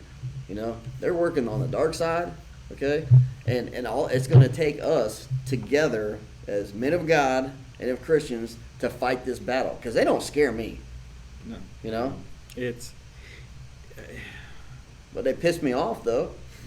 You know, it's disgusting. It's sad. But this Well- is real warfare. Whenever people say, well, I'll stay at home and I'll pray. Listen, it's faith is a verb. I've said it. It takes action. that's right. It requires action. We need real warriors to get on the battlefield. This is not going to be combated by I'm going to just sit at home and I'm going to ask Jesus just to Lord, if you'll allow something to come my way, I'll help and I'll do what you want me to do. If you'll send it right here in front of my house. Listen, Jesus Christ has done everything that Jesus Christ is going to do. Everything that he can do. He come and he sacrificed himself for you, for me, for this world. He's done everything he can do. Now he lives and can live in you and I. But it's going to require something. It requires you to submit yourself to him.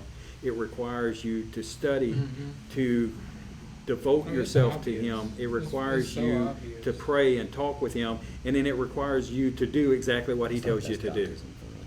It requires warriors It's evil. to rise up and take a stand. We're at real war here. This is as much as we're in real World War III, with information, everything going on, we're in a warfare of the last days. That's right. And Satan is playing for keeps.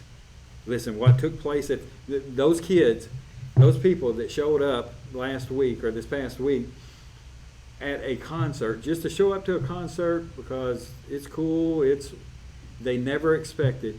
Some of them never made it out. They never made it out. They left that atmosphere and then they traveled in to eternity and now they're burning in hell. That's truth. That's truth.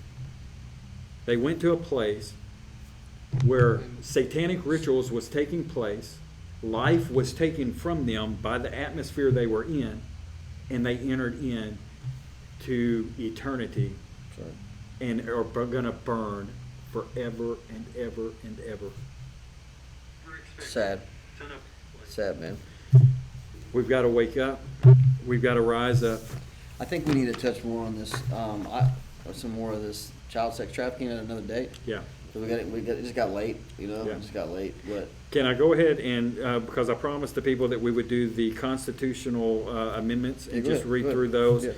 those real quick. And, you know, and I don't know that I'll be able to do justice on it because it has gotten late and we've still got viewers Yeah. that's with us, but I know that everybody's got. well, let's read it to them so they go back and like kind of look into it. And At I've least got- read the acts to them, the amendments to them. Yeah, I'm trying to pull up because I've got the actual, okay, here we go. I'm going to pull it up for y'all. Okay, and I'll blow it up a little bit, but we've got Proposition or Act 131, 2021, HB 199, authorizes streamlined electronic filing, remittance, and collection of sales and use of tax. And so I've looked into that, and so I've got a little bit better of a definition of it. Do you support an amendment to authorize the legislature to provide for the streamlined electronic filing, electronic remittance, and collection of sales and use taxes levied within the state, by the state, and local streamlined sales and use of tax commissions, and to provide for funding, duties, and responsibilities of the commissions. Y'all hear how confusing that is? It's on That's purpose. how they do that. They do that on purpose. man. Here's what I say. Me personally, and I think I know these guys enough. No, thank you. If you can't understand it, vote no. That's Okay. right. And if they're wanting to streamline something, no, they need to be there. That's Nothing should be streamlined. Nothing should be electronically done. That's how That's how we've they got do it. Biden is supposedly sitting in Yeah. in the White House Yeah. right now. We've streamlined the voting. No to Proposition 1, to Amendment number 1.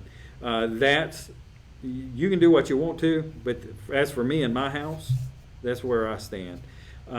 Okay? And there's even more. If you want to go to, if you want to get this, there is, go to house.louisiana.gov and you can pull up these amendments and you can actually get the details. There's more detail for that number 1. They're wanting to put some information out there and they're twisting this stuff up, so they want that. I don't want it. All right, Amendment number 2, Act 134, 2021, SB 159, lowers maximum allowed rate of income tax and allows providing a deduction for federal income taxes. Do you support an amendment to lower the maximum allowed rate of individual income tax and to authorize the legislature to provide by law for deduction for federal income taxes paid? That sounds good. That sounds like they've got that pretty there. And I've heard from a local a representative here in Louisiana that that gave a pretty good argument on this. I think you should study up on this one a little bit more. Supposedly, anytime in years past, if they're trying to lower something or trying to fix something, it's because they've got another agenda to come in behind it. So my question is, what is exactly is going on here?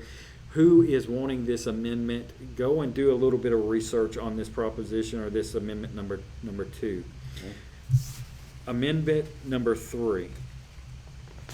Act 132, 2021, SB 87 allows certain levy districts to levy an annual tax for certain purposes.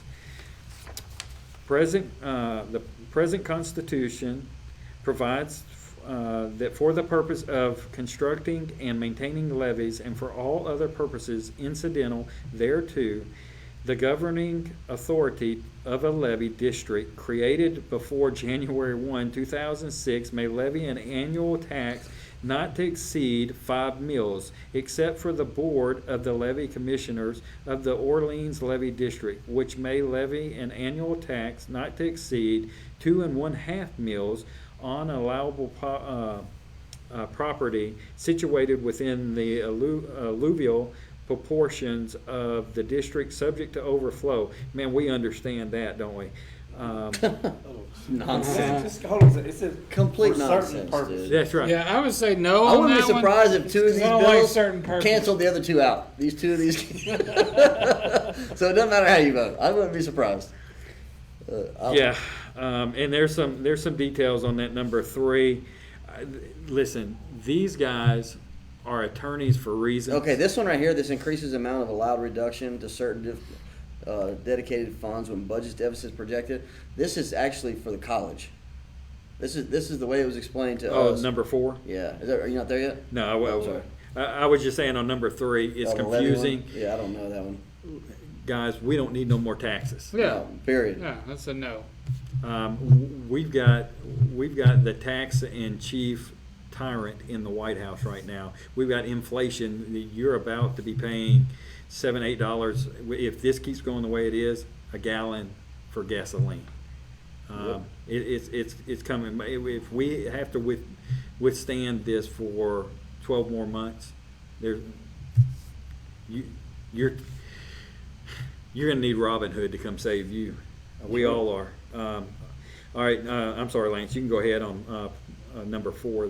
Do you support an amendment to increase the amount of allowable deficit reductions to statutory deductions our dedications in constitutionally protected funds from the 5% to the 10%.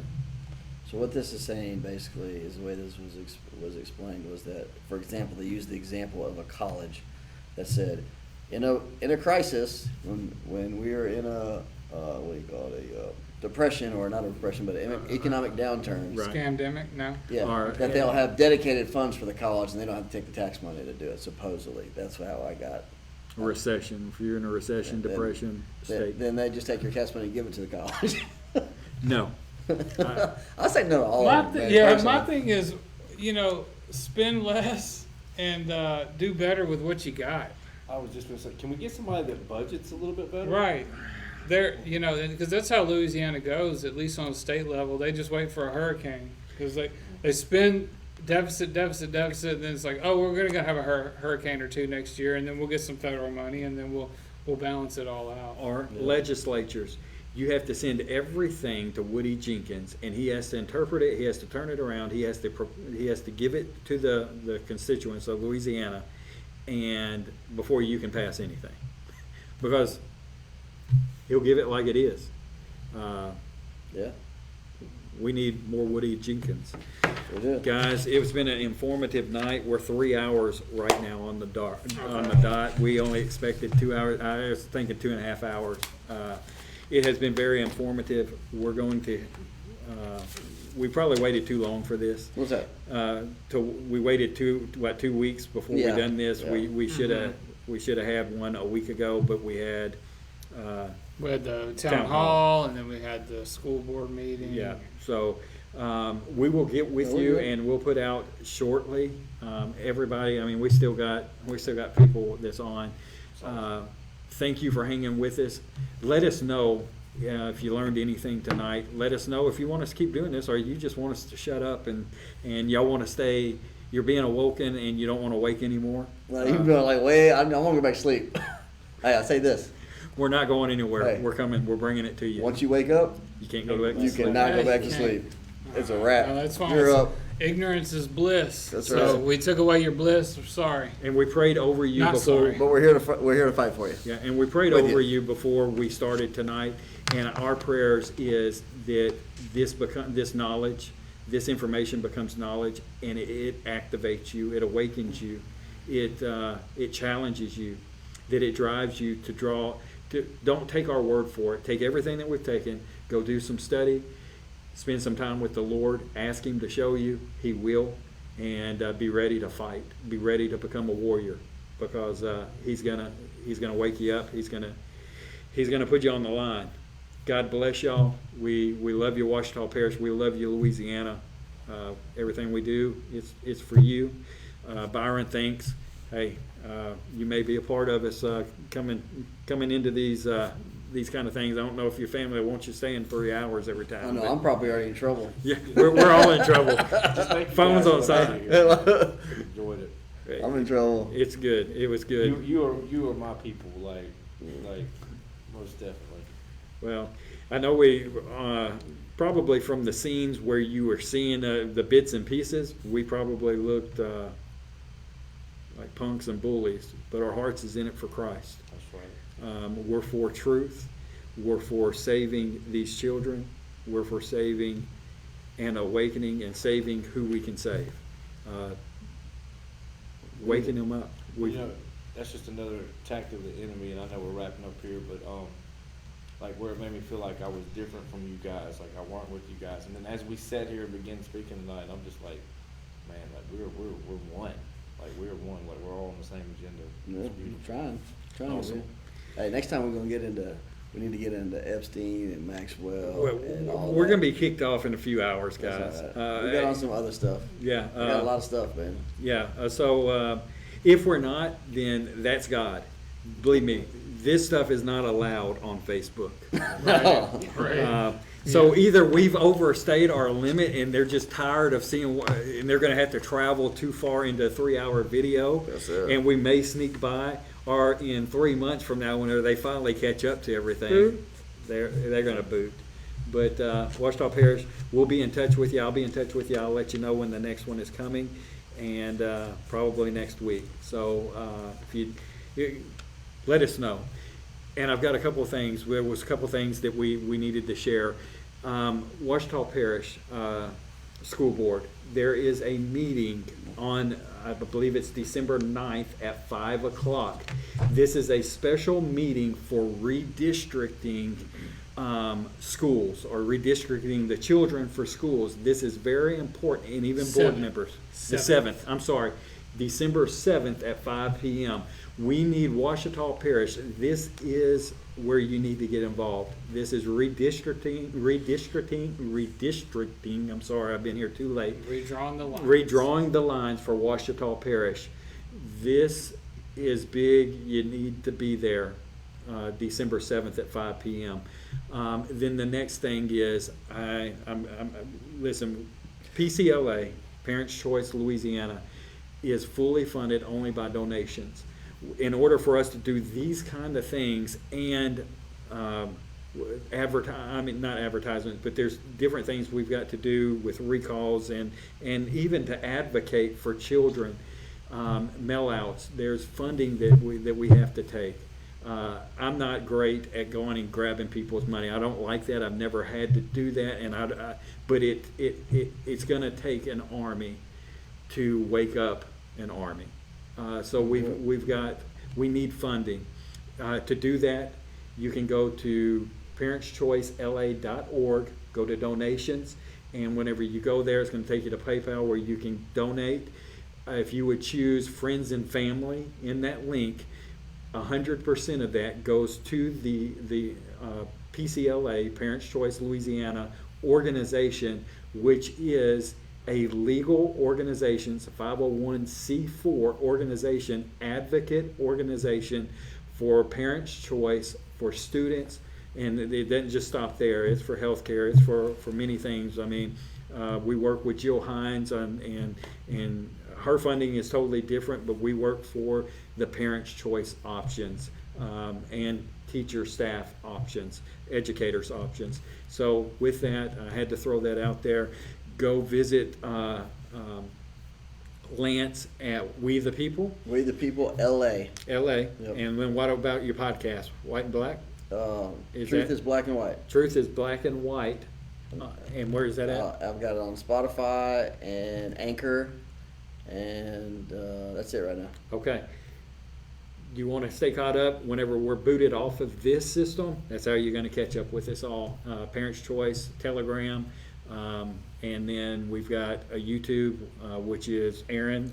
Take Back Louisiana. Take Back Louisiana. He created that for us. So, and then there was Rumble. We just did. Was it Rumble? I think, yeah, you did a Rumble. Yeah, I did a Rumble. Did we keep it Take Back Louisiana? I can't Stay remember. tuned. We'll get back. We'll get back to you. God bless y'all. Love y'all. Good night. Let us know what you thought. Good night.